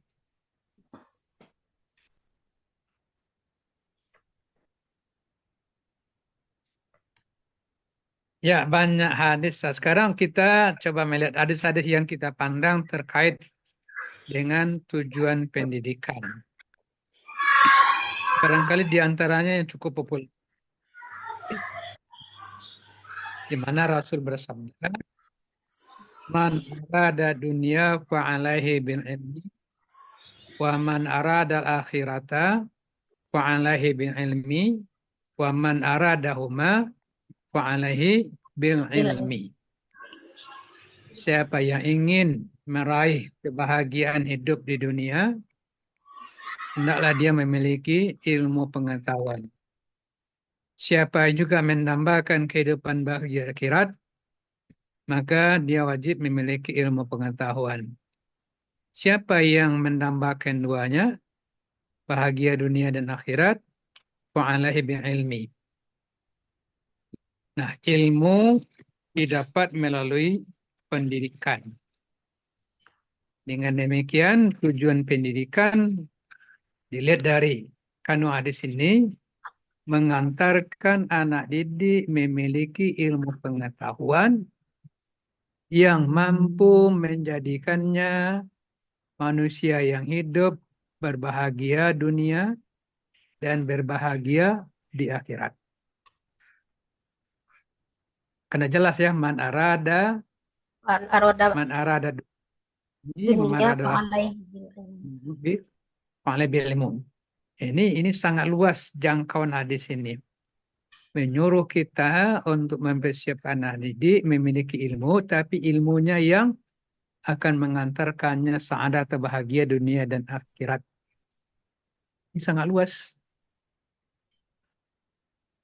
Nah, apa lagi yang seluas itu? Sesuai dengan doa yang kita harapkan selalu, Rabbana atina fid dunya hasanah wa fil akhirati hasanah wa qina adzabannar. Nah, lalu apa lagi hadis lain misalnya? Juga sangat populer kan? Rasul mengatakan innama bu'istu liutammima maka Rasul diutus oleh Allah menyampaikan risalah. Tujuannya apa? Untuk mewujudkan akhlakul karimah. Menjadikan ya umat pengikut beliau itu memiliki akhlak yang mulia. Ini alangkah luasnya juga karakteristik dalam Islam dan akhlak itu, karena punya 3 dimensi. Akhlak kepada Allah Subhanahu wa taala, akhlak kepada manusia atau sesama, dan akhlak terhadap alam lingkungan. Dengan satu hadis ini saja, pendidikan itu harus hendaknya mampu mengantarkan anak didik kita betul-betul memiliki akhlak yang mulia. Bayangkanlah gambar akhlak yang ingin didambakan adalah akhlaknya Rasulullah. Standar akhlaknya umat Islam adalah akhlak Rasulullah. Dalam tanda kutip, sejauh kemampuan kita untuk mengikutinya. Siapa lagi yang paling mulia akhlaknya kecuali Rasulullah? Yang mengapresiasinya tidak tanggung-tanggung Allah sendiri. Wa innaka la'ala khuluqin azim. Sungguh ya Muhammad, engkau memiliki akhlak yang maha agung. Nah, dengan demikian, pendidikan-pendidikan yang diberikan kepada anak didik harus diupayakan mampu mengantarkan anak didik kita memiliki akhlak-akhlak yang mulia, yang terpuji tersebut. Dan aspek lain, Rasul mengatakan, terutama dalam kapasitas manusia sebagai seorang makhluk sosial, apa kata Rasulullah? Inna akhyarakum ahsanukum khuluqan. Sebaik-baik kamu adalah yang paling baik akhlaknya, ahsanukum khuluqan. Seiring dengan hadis inna bu'istu tadi. Dari sisi lain, Rasul juga dengan tegas menyatakan manusia yang terbaik adalah manusia yang anfa'uhum linnas, yang lebih luas, yang lebih besar kemanfaatannya kepada manusia lain. Nah, inilah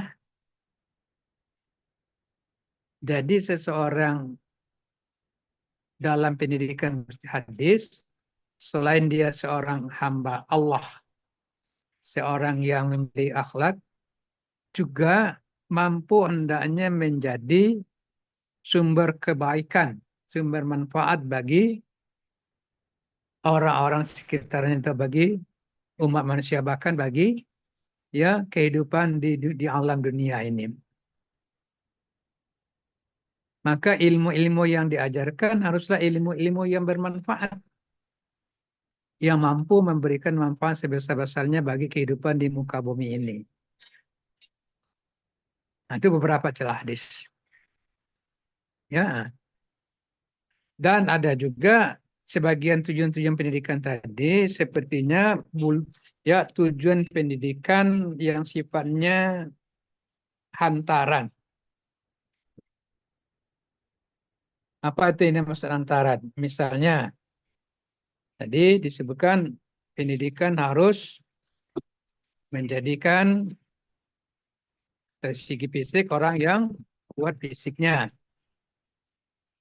Apakah fisik yang kuat itu tujuan pendidikan atau tujuan fisik yang kuat yang punah itu merupakan modal juga untuk mencapai tujuan yang lebih luas? Kalau saya cenderung melihat itu kan ada dalilnya ya, bahwa Islam atau Rasulullah juga menginginkan umatnya itu semua menjadi orang-orang yang kuat. Al-mu'minul qawi khairun, ya, orang yang kuat daripada yang daif.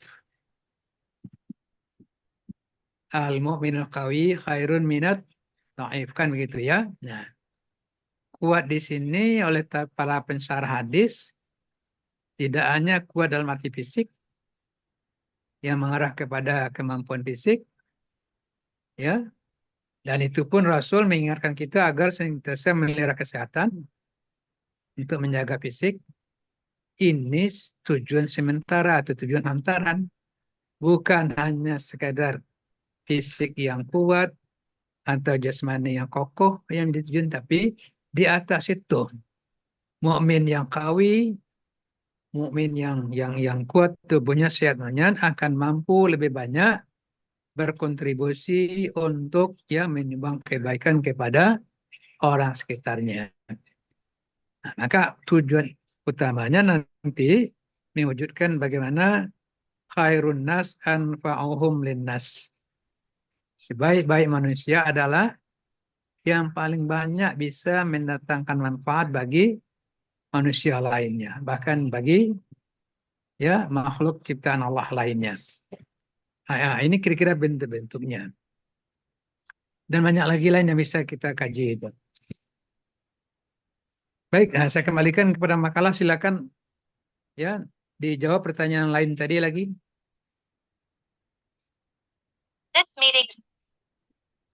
Baik, mencoba menjawab pertanyaan nomor 2, Pak.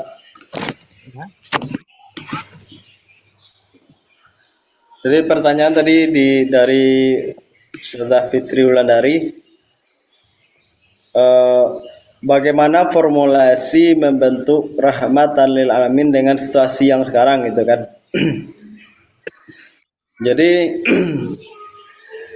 situasi sekarang ini sebenarnya situasi yang terus berulang gitu kan. Seperti halnya juga di zaman Rasulullah itu sebenarnya bukan tidak berilmu orang zaman itu gitu. Tetapi di zaman itu akhlak yang karakter yang kurang bagus pada zaman jahiliyah, sehingga Rasulullah diutus untuk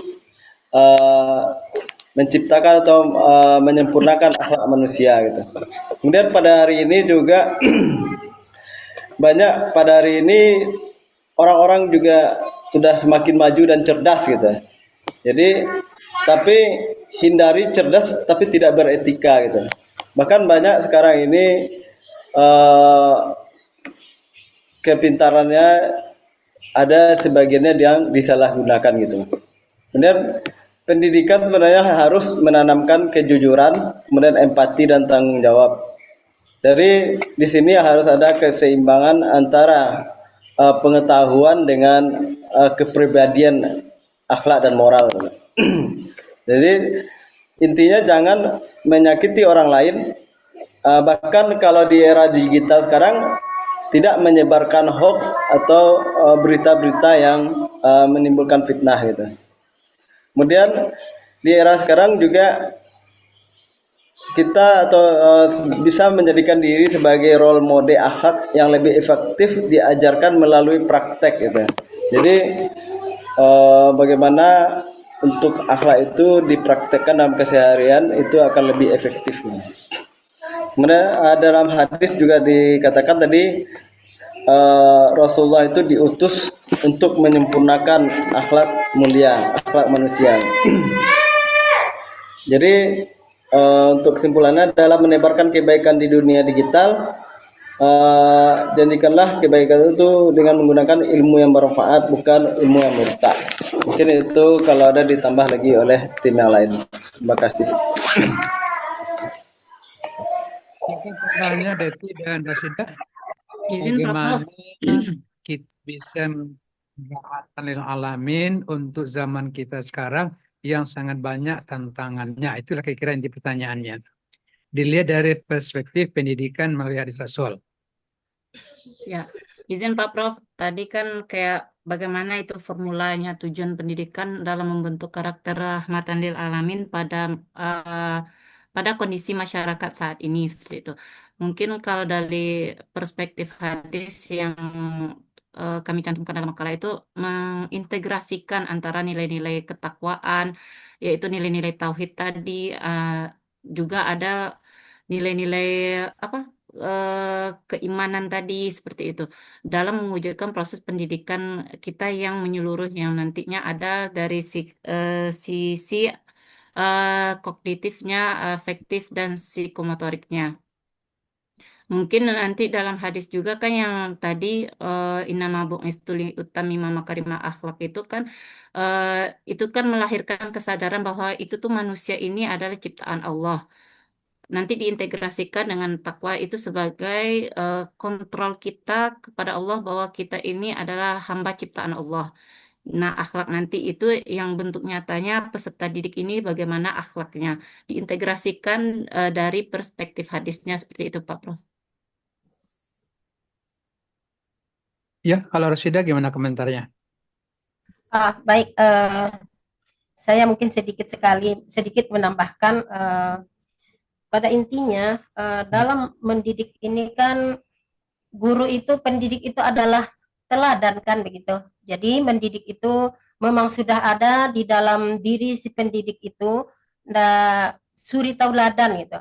Nah, dan mendidik itu dengan hati dan kesabaran. Kalau sudah di dalam hati itu punya empati, penuh kasih sayang dan kesabaran, itu akan tercermin dan otomatis itu akan ke peserta didik akan sampai gitu. Apa yang kita sampaikan itu sudah sampai ke peserta didik. Nah, seperti misalnya zaman sekarang banyak anak-anak murid yang tidak punya akhlak begitu kan, mungkin seperti itu bahasa kasarnya kan gitu. Nah, kadang itu penyampaian kepada anak-anak itu tidak sampai, bahkan ilmu itu hanya disampaikan oleh lisan guru saja, sementara guru atau pendidik itu tidak dari hati gitu. Jadi kalau saya intinya adalah mendidik dengan hati itu akan lebih luas, menjadikan rahmatan lil alamin gitu. Kalau saya seperti itu Pak, mungkin sedikit tambahannya. Dan hadisnya seperti itu, kasih mendidik dengan kasih sayang itu kan irhamu man fil ardi yarhamkum man fis sama, itu mungkin sebagai hadis tambahan dari saya gitu. Nah, itu mungkin sedikit. Terima kasih. Ini tadi pertanyaan dari siapa ini? Dari Bu Fitri. Bu Fitri, bisa Anda mengulas kembali kenapa muncul pertanyaan ini nih? Baik, Pak. Rahmatan lil alamin dalam kaitannya dengan, ya silakan. Ya, izin Pak. Dari yang saya dengarkan paparan dari pemakalah, kan ada kesimpulan dari tujuan pendidikan Islam yang mana berakhlak mulia, kemudian ada itu di makalah-makalah saya baca, yang mana saya simpulkan menjadi insan kamil dan rahmatul lil alamin begitu Pak. Kemudian timbul pertanyaan bagi saya, bagaimana sebetulnya formulasi yang sebenarnya, resepnya yang bisa kita siap pakai untuk masyarakat zaman sekarang. Kalau dari timbul juga tadi di Pak dari pemaparan tanggapan dari pertanyaan pertama tadi. Tadi kan sudah terjawab oleh pemakalah bahwasanya selaras antara tujuan pendidikan di undang-undang dan juga tujuan pendidikan Islam. Saya pun setuju gitu Pak. Kemudian kembali lagi nih Pak, ada ini menarik nih, mohon izin ya Pak. Nanti minta pengarahan dari Bapak. Muncul lagi Pak pertanyaan-pertanyaan, banyak pertanyaan-pertanyaan. Kita secara konseptual kita sudah sepakat, kita setuju bahwasanya tujuan pendidikan Islam membentuk karakter, kemudian bertakwa kepada Allah untuk karakter, akhlak mulia, kemudian tadi juga ada sehat jasmani rohani, cakap, kreatif, mandiri, bertanggung jawab begitu. Kalau kita lihat fenomena zaman sekarang Pak, karena kan kita melihat zaman sekarang tantangannya luar biasa. Praktisi pendidikan, kita sebagai praktisi pendidikan itu menghadapi anak-anak yang sangat menantang begitu Pak. Fenomenanya terjadi dua hal Pak. Yang pertama, kalau dari yang kita lihat tanggapan pertama tadi, bahwasanya setujuan pendidikan itu sudah sejalan, tapi tergantung kepada gurunya, pendidik atau pembelajarnya, apakah mampu memberikan ruh iman bertakwa kepada Allah tadi, berakhlak mulia dan lain-lain, apakah mampu pendidik memberikan ruh itu kepada anak didiknya. Kemudian fenomena kedua yang saya lihat, kalaupun guru sudah mampu memberikan ruh itu, ibarat kata yang sering terdengar, quote-quote yang sering terdengar oleh para praktisi ini Pak, guru-guru gitu ya Pak ya, kita guru sudah menanam hal-hal baik kepada anak di sekolah. Tapi kemudian ternyata anak lupa disiram oleh orang tua di rumah. Nah, kita sampai ke sana tuh Pak, tadi terfikirnya. Jadi sebenarnya tujuan pendidikan Islam ini formulasinya, resepnya yang bisa kita pakai begitu Pak. Nah, kayak gitu tadi itu Pak, cara berpikir saya gitu Pak.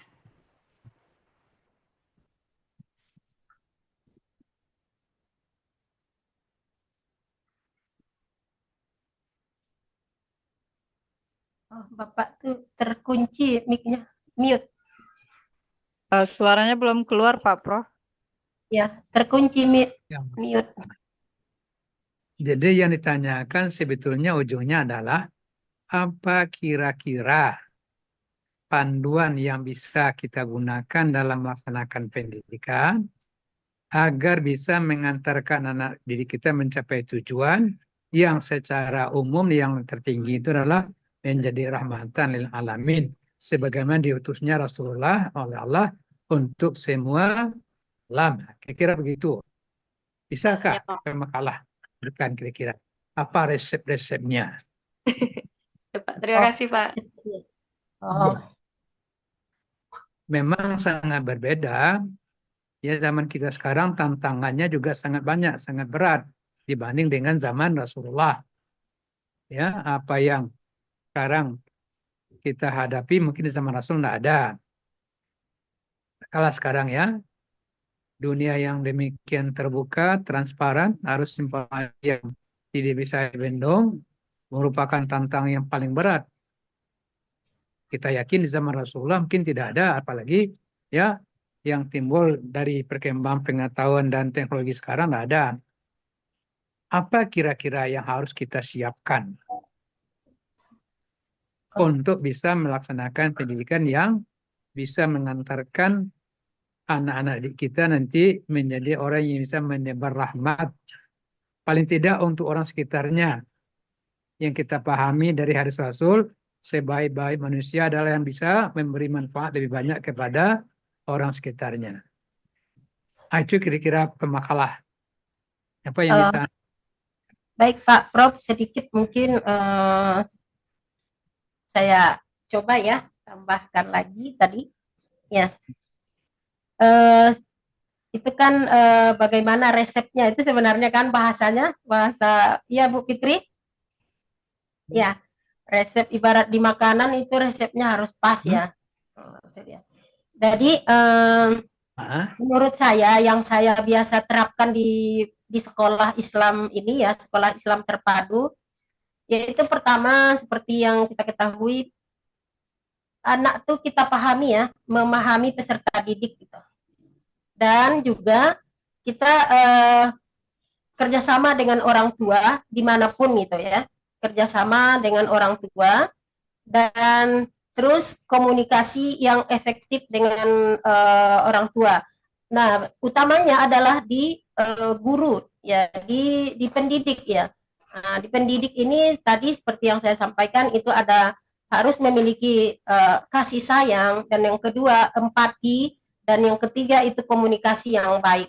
Kalau saya seperti itu yang saya pahami dan yang kita terapkan di dalam sekolah Islam ini seperti itu. Jadi komunikasi yang baik. Seperti kita kemarin kan sudah disampaikan, pernah kita dengar kemarin, kadang guru menyampaikan informasi kepada murid itu dengan yang tidak wajar gitu. Nah, jadi di sini seorang guru itu memang harus bisa berkomunikasi dengan baik, dengan kelemah lembutan, empati, dan juga kerjasama dengan orang tua. Itu mungkin tambahan dari saya. Mungkin yang lain bisa lebih menyempurnakan. Baik, silakan Pak Rocky. Ada tambahan dari Bu Rasyidah tadi?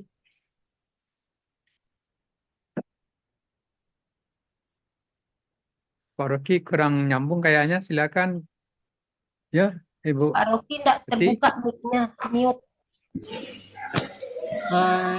Seperti yang kami jelaskan tadi, Pak Prof, yang kami jawab tadi itu kan mengintegrasikan nilai keimanan, bagaimana seorang pendidik itu mengintegrasikan nilai keimanannya, akhlak mulianya, dan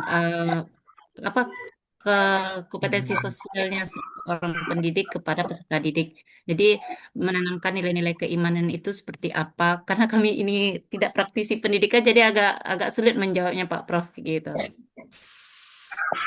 Cuman secara intinya itu mengintegrasikan tadilah, Pak Prof. Ya, itu untuk keberhasilan pendidikan tidak bisa hanya guru saja yang berusaha maksimal, karena murid itu tidak selamanya hanya dengan guru. Habis pelajaran dia akan pulang. Maka tentu di sini sangat diharapkan kerjasama dengan orang tua di rumah. Tantangan lebih besar juga sekarang bukan hanya di rumah, tetapi juga di lingkungannya, dalam sekitarnya, milionya. Maka memperhatikan lingkungan anak didik juga sangat penting sekarang.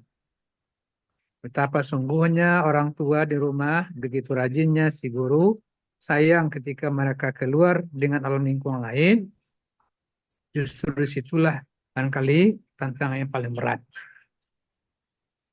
Nah, itu harus kita persiapkan, ciptakanlah kondisi yang memang kondusif untuk menanamkan pendidikan-pendidikan yang mengarah kepada tujuan baik.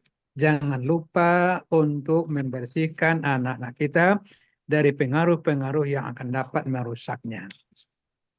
Tapi ada yang menarik, satu di antaranya para ulama dulu dalam hal keberhasilan pendidikan sangat mementingkan adab. Adab dalam proses belajar mengajar. Baik dari pihak guru, pendidik maupun dari pihak anak didik. Bahkan kata mereka, adab perlu lebih didahulukan ketimbang memberikan materi ilmu sendiri. Nah, ini Anda lihatlah kitab dalam Adabul Muta'alim misalnya, betapa para ulama itu mementingkan sekali adab. Termasuk di adab itu antaranya adalah belajar itu harus ditanamkan dengan niat yang ikhlas. Si guru pun hendaknya memberikan ilmu dengan niat ikhlas.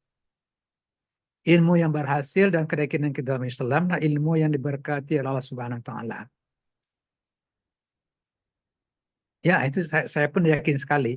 Ilmu yang kita anggap berhasil bukan hanya menguasai ilmu, tapi ilmu yang diberkati oleh Allah Subhanahu wa Ta'ala.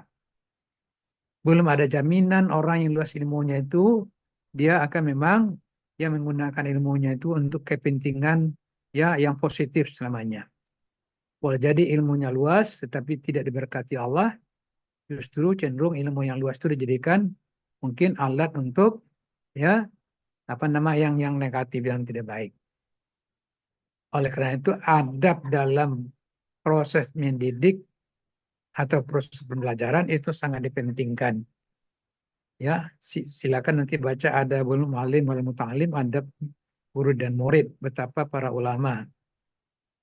Nah, sekarang ini yang kurang kita sekarang ini. Adab anak murid terhadap guru ataupun orang tua semacam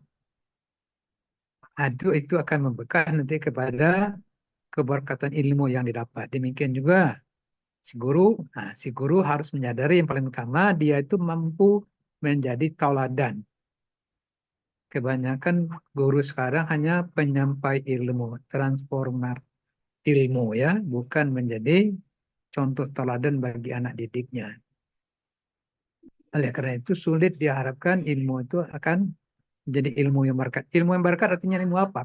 Ilmu yang tidak hanya dikuasai secara teoritis, tapi kita diberi kemampuan oleh Allah untuk mengamalkannya. Itu yang ilmu yang berkat. Betapa banyak orang ilmunya luas tapi tidak berkat.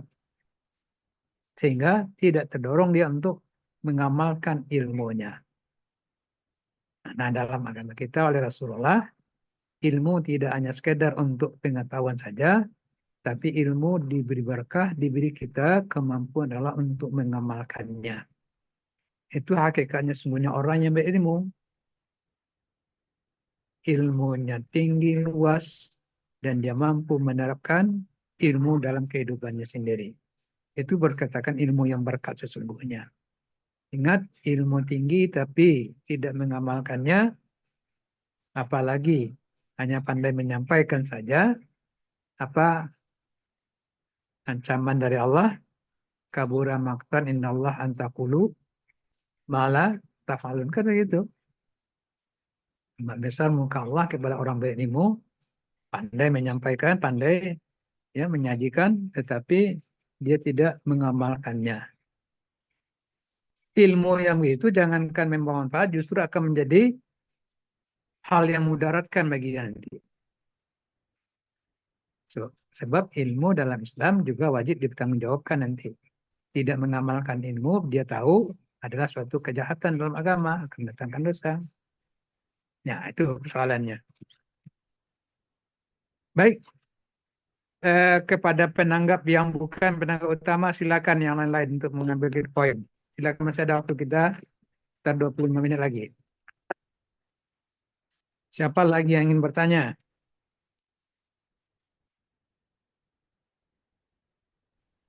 Maaf Pak Prof, ada lagi pertanyaan dari Bu Yeni tadi. Oh iya, ada yang Yeni belum Marlina terjawab. tadi. Nah, belum, satu Silakan. lagi. Ya, dari Yeni. Ya, benar. Dari Silakan Yeni. kalau gitu ya. Baik, coba menjawab Pak Prof. Tadi dari pertanyaan yang ketiga, hadis menjelaskan sabar dalam proses belajar kan? Itu pertanyaannya. Insyaallah saya coba 2 hadis ya. Mudah-mudahan nanti yang lain 2 lagi. Yang pertama, as-sabri diyaun. Hadis riwayat Muslim, sabar itu adalah cahaya. Menurut yang kedua, inna ilaha rafiqun yuhibbu ar-rifqa fi al-amri kulli. Sesungguhnya Allah itu maha lembut dan mencintai kelembutan dalam segala urusan. Hadis riwayat Bukhari dan Muslim. Nanti ditambahkan dari yang lain.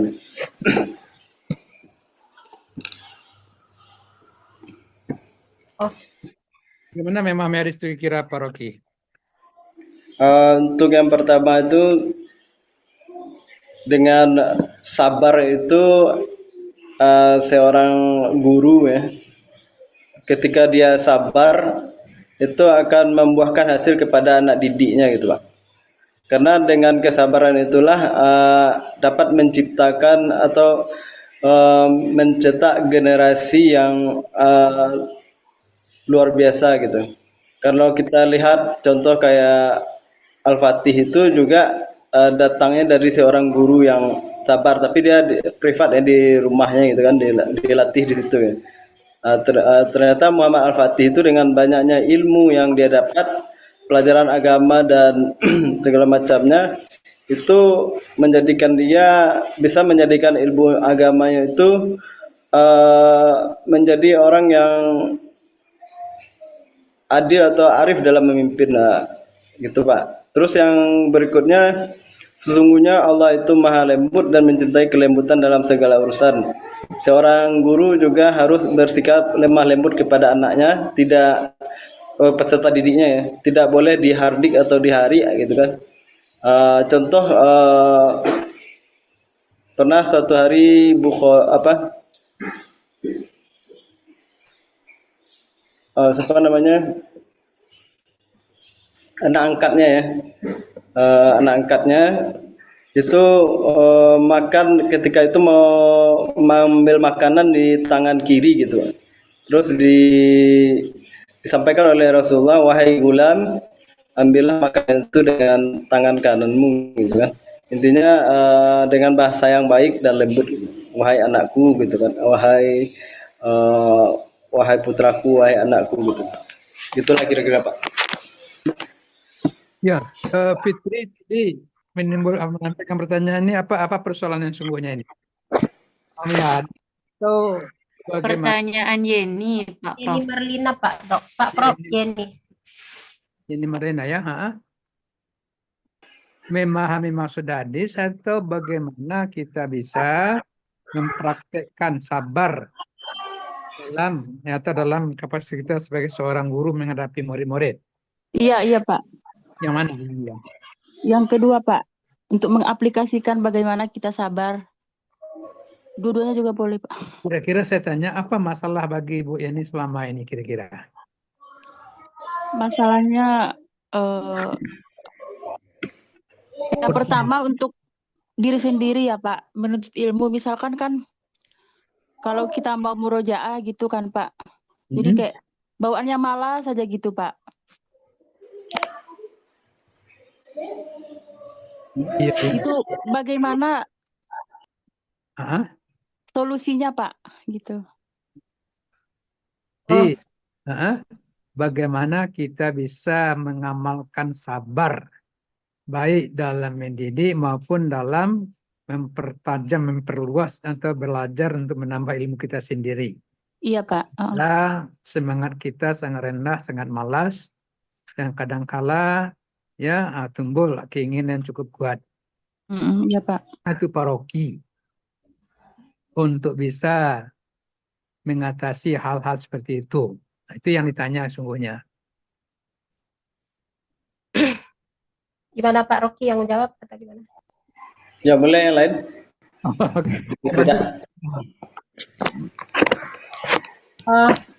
Baik, coba saya menjawab sedikit ya tentang sepertinya untuk pribadi ya Bu Yeni Marlina ya. Bu Yeni, untuk motivasi pribadi nampaknya ya Bu Yeninya nih. Ya Bu. Ya, motivasi ya.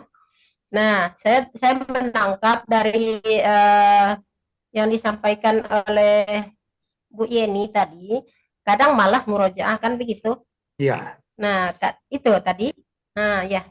Kalau itu, kalau saya lihat itu, kalau saya lebih cepat kita melihat dalam Al-Quran kan ada banyak motivasi-motivasi. Jadi motivasi-motivasi yang ada dalam Al-Quran itu perlu kita coba baca gitu. Kita ulang lagi, walaupun kita sudah paham, kita harus mengulang lagi. Contoh, bagaimana pahala membaca Al-Quran? Bagaimana misalnya yang kita dapatkan ketika kita membaca Al-Quran, contohnya ya, yang memang di para penghafal ini banyak sekali yang menjadi penghalang untuk memurojaah hafalan. Bahkan ketika hafalan itu ada, tidak ingin membacanya gitu. Jadi cepat kita mengkoreksi diri kita sendiri, cepat lihat apa motivasi-motivasi yang ada dalam hadis atau Al-Quran. Itu salah satu dari saya. Dan yang kedua, kalau untuk pribadi itu ada janji dengan diri sendiri. Saya selalu memakai hal itu. Misalnya kita dalam sepekan itu contoh ya, itu contoh mungkin sebagai dalam 1 minggu itu kita tidak bisa menghatamkan Al-Quran, apa konsekuensi yang harus kita berikan kepada diri kita sendiri gitu. Nah, begitu juga kepada anak-anak kita yang saya yang adalah mengajarkan Al-Quran di sekolah, ketika anak-anak itu tidak tercapai target yang kita targetkan dalam 1 minggu, mereka akan ada konsekuensi, tapi tidak dengan berat gitu. Hanya konsekuensinya misalnya nilai dikurangi atau tidak boleh menambah hafalan gitu. Jadi konsekuensinya tidak berat gitu. Intinya adalah motivasi bagi diri sendiri dan juga kepada anak didik kita. Kalau saya seperti itu yang dapat saya terapkan dalam kehidupan saya sendiri dan juga kepada anak-anak sendiri gitu. Ada konsekuensinya gitu. Itu saja, mungkin dari yang lain silakan. Jadi Bu Rashidah lebih menekankan tingkatkan selalu motivasi diri kita. Kemudian kalau perlu berikan punishment kepada diri. Ya. Insya Allah kan bisa diatasi kesabaran itu. Itu jawaban dari Bu Rashidah. Gimana ini Malena? Kira-kira Anda tahu enggak kenapa Anda sering malas kalau belajar? Itulah Pak masalahnya Pak. Hah? Itulah masalahnya Pak. Bahwa Anda termasuk kadang-kadang suka malas. Ya Pak. Anda sadar enggak kalau Anda sering malas dalam belajar atau dalam murajaah? Lebih tepatnya murojaah Pak. Iya. Sadar ya, kadang-kadang malas. Iya Pak. Iya Nah, sadar. malas apa kira-kira? Gak jelas Pak apa Pak? Penyebab malas itu apa kira-kira? Penyebab. Hah?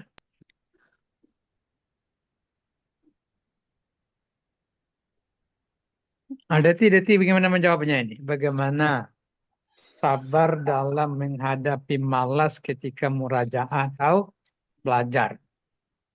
Kalau menurut kami Pak, perbaiki niat kayak gitu kan Pak. Apa tujuan kita yang kalau tadi masalahnya murojaah, berarti kan dengan Al-Quran. Apa tujuan kita perbaharui niat kita dengan Al-Quran ini seperti itu. Terus perbanyak berdoa seperti itu kan Pak. Karena ingat kan ada hadisnya mansalakatorikon apa tadi itu?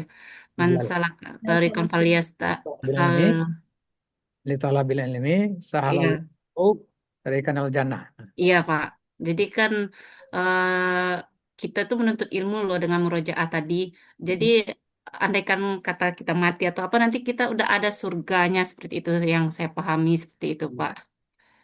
Intinya juga kepada niat dan motivasi ya. Iya Pak. Bangkitkan kembali niat dan motivasi bahwa belajar itu akan mendatangkan pahala atau keuntungan luar biasa. Nah, barangkali ada juga yang patut kita perhatikan. Kenapa kita sering malas? Boleh jadi misalnya apa? Misalnya lingkungan kita mungkin kurang mendukung. Belajar murajaah di tempat yang gelap, yang kurang cerang cahayanya. Kalau itu kira-kira coba ya diterangi ruangan tempat kita itu. Mungkin ruangannya sedikit kurang sehat. Kalau gitu coba dibersihkan ruangannya, diberi ya sedikit parfum segala macam. Nah, itu upaya. Selain motivasi dan niat tadi, yang paling utama adalah niat dan motivasi. Kalau orang niatnya kuat, motivasinya kuat, dahulu anak-anak bergembala kerbau di atas punggung kerbau pun dia belajar. Saya kecil-kecil masih ikuti itu. Gembala Kerbau naik di punggung kerbau, bawa buku cerita. Belajar juga baca bisa. Kalau motivasi ada. Nah, selain itu ciptakan kondisi lingkungan yang kondusif namanya. Belajarlah pada waktu yang memang kondusif. Misalnya persoalan tempat. Ya, usahakanlah tempat yang kondusif yang memang mendukung kita untuk bersemangat tinggi. Anda belajar sebelah Anda temanya tidur-tiduran. Itu akan mendorong Anda menjadi malas nanti. Ya, kita belajar di sini. Teman sebelah kita tidur-tiduran. Apalagi cuaca apa namanya penerangan ya tidak baik. Nah, itu akan lebih malas. Nah, ini upaya kita untuk menciptakan kondisi lingkungan yang kondusif untuk mendukung semangat belajar. Dan untuk berkarya yang lain pun juga gitu. Apalagi Anda sangat perlu nanti waktu ketika sudah mulai meneliti dan menulis. Kalau tidak nanti akan datang waktu sumpek malas saja itu. Secara psikologis kalau jangan dipaksakan dulu, bawalah Anda untuk apa namanya refreshing dulu. Untuk menghilangkan kejenuhan namanya. Nah, kemudian usahakan ciptakan lingkungan yang kondusif yang mendukung kita untuk bersemangat untuk belajar. Itu upaya kita namanya. Baik, siapa lagi yang ingin bertanya? Masih ada waktu kita sedikit lagi? Pak Alimun tuh Pak, ada udah tunjuk tangan Pak. Oh iya, silakan Pak Limon. Baik, terima kasih Pak Prof dan Bapak Ibu semuanya atas kesempatan yang diberikan. Sepanjang perkuliahan hari ini, saya dapat memahami bahwasanya tujuan pendidikan Islam yang telah disampaikan oleh para pemakalah tadi adalah untuk melahirkan generasi yang beriman, berilmu, dan berakhlak untuk keselamatan hidup, dunia, dan akhirat. Yang jadi pertanyaan saya, menurut para pemakalah, beriman, tambah sedikit lagi beriman, berilmu, ya, berakhlak, kreatif. Apa tambahannya? Untuk Mampu keselamatan hidup dunia menjadi akhirat. manusia yang bermanfaat bagi lebih banyak orang. Ya, Pak Prof. Terima kasih. Manfaat untuk banyak orang ya, Pak Prof. Ya, Ya, pertanyaan yang saya timbulkan, menurut para pemakalah, lebih kurang kita sudah merdeka 80 tahun. Apakah tujuan pendidikan ini sudah tercapai secara umum atau bagaimana? Jika sudah tercapai menurut pemakalah, apa indikatornya? Dan jika belum, kira-kira apa penyebab atau kendalanya? Barangkali itu pertanyaan yang saya timbulkan. Saya mohon masing-masing pemakalah menyampaikan argumennya, dan atas jawabannya saya ucapkan terima kasih. Saya kembalikan ke moderator. Oke, bangsa Indonesia yang sudah merdeka 80 tahun lebih, apakah dari segi pendidikan sudah tercapai tujuan pendidikan secara umum atau masih belum? Kalau belum, apa kira-kira kendala-kendalanya menurut pemakalah selama ini? Ya, kalau ya, lalu lantas apa solusi yang perlu kita ambil untuk bisa mencapai tujuan pendidikan yang kita dambakan bersama itu barangkali? Itu inti pertanyaannya. Ya, Pak. Silakan, siapa di antara pemakalah? Oh, baik Pak Prof, saya coba. Tidak ya.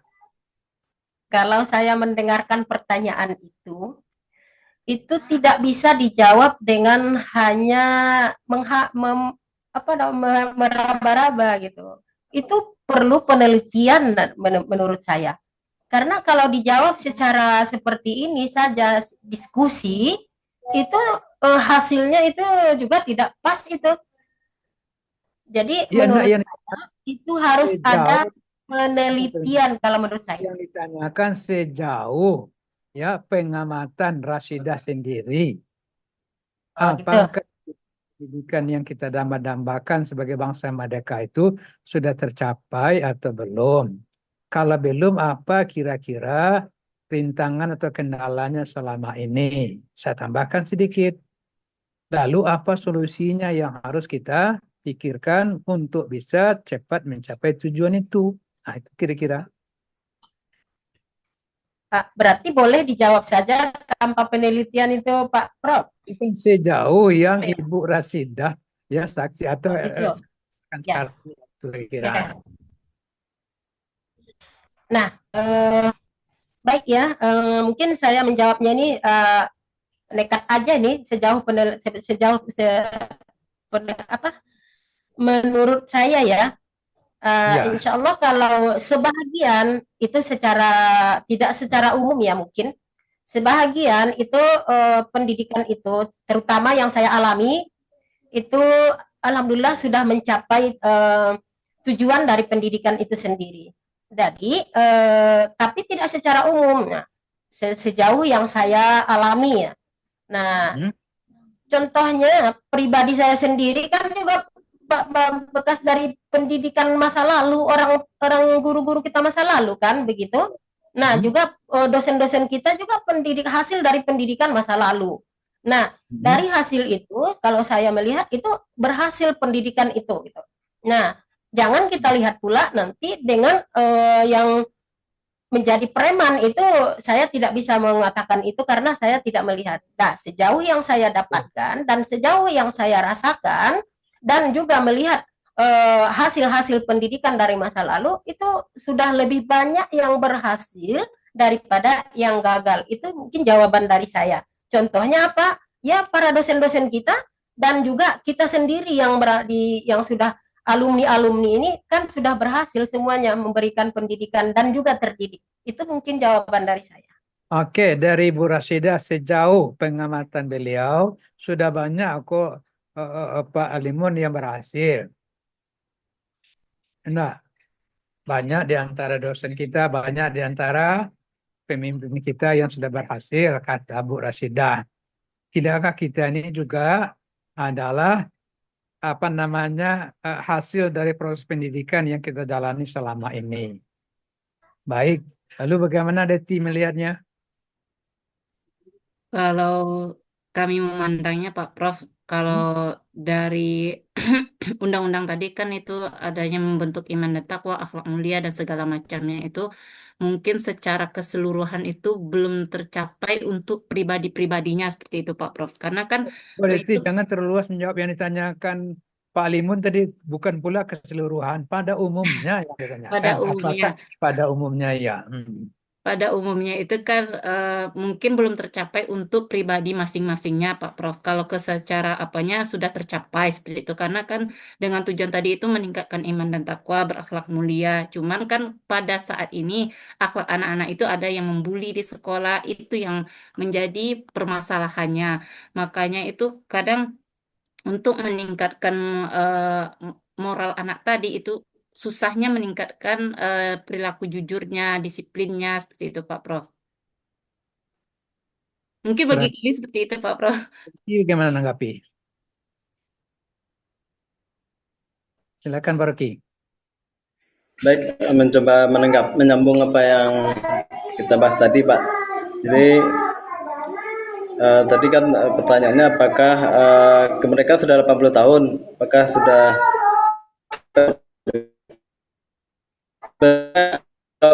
pencapaian ada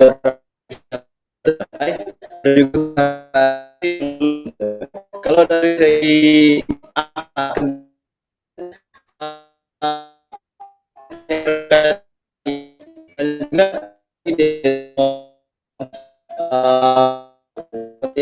media melakukan penganiayaan pada orang tua dan sebagainya gitu kan. Tetapi secara indikator yang lain ya, misalnya secara teknologi, finansial itu bisa dikatakan kita sudah majulah dibanding negara yang masih ada yang tertinggal gitu. Tapi kalau keseimbangannya antara iptek dan IMSA belum berimbang itu saja. Gitu jawabannya. Bagaimana bagi Pak Halimun sendiri? Saudara sekalian.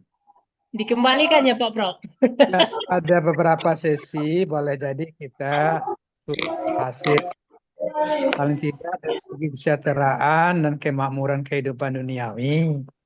Sudah cukup ada indikasi kita lebih maju di zaman yang lalu. Tetapi kalau yang kita maksud tujuan pendidikan, ya menciptakan generasi-generasi yang beriman, bertakwa, yang semacamnya, tidakkah persoalan mendasar sekarang bangsa Indonesia ini krisis dalam ketauladanan? Sulit kita mencari tokoh-tokoh kita yang betul-betul bisa dijadikan tauladan. Bahkan sangat-sangat menyedihkan. Tokoh-tokoh yang harusnya menjadi teladan bagi umat, justru ya kita ketahui banyak kesalahan katakanlah ya.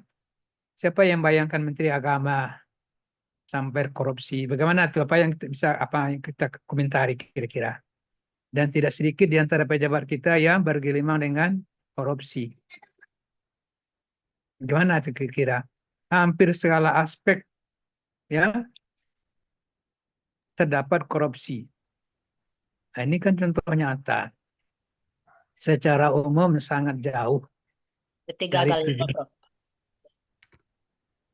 Jangan sama sekali ada menyalahkan Allah ya untuk bangsa Indonesia. Allah sudah berikan sumber daya alam yang luar biasa yang harusnya dimaksimalkan semaksimal-maksimalnya untuk kesejahteraan masyarakat. Tapi yang terjadi apa? Sumber alam dikuras, tetapi rakyatnya tetap miskin. Ini kan pelaku-pelaku kebiasaan yang rakus ini. Gimana kita mengatakannya bisa berhasil itu? Secara umum nih ya. Artinya secara umum ya banyak yang menyimpang daripada yang seharusnya, kan itulah kira-kira. Dan inilah tugas kita, apalagi berbicara tentang persoalan moralitas bangsa sekarang ini. Sangat-sangat menyedihkan barangkali ya. Kalau kesan saya begitu kira. Dan ini memang tugas sangat berat bagi kita bersama. Kembali ke kita untuk menjadikan pendidikan sebagai untuk mengantar bangsa yang memiliki akhlak yang mulia. Bangsa yang religiusitas dan ya menaati ajaran-ajaran agamanya. Bangsa yang memiliki moral yang bangga dengan moralitas yang baiknya. Itulah tujuan kita barangkali itu. Ya baik, tanpa terasa waktu kita sudah habis ini. Minggu depan siapa yang menjadi pemakalah? Fitri Handayani kalau nggak salah Pak Prof. Tentang apa metode ya? Metode pendidikan ya? Tanggung jawab Pak Prof. Hah? Oh, tanggung jawab. Kok lokal A tadi metode?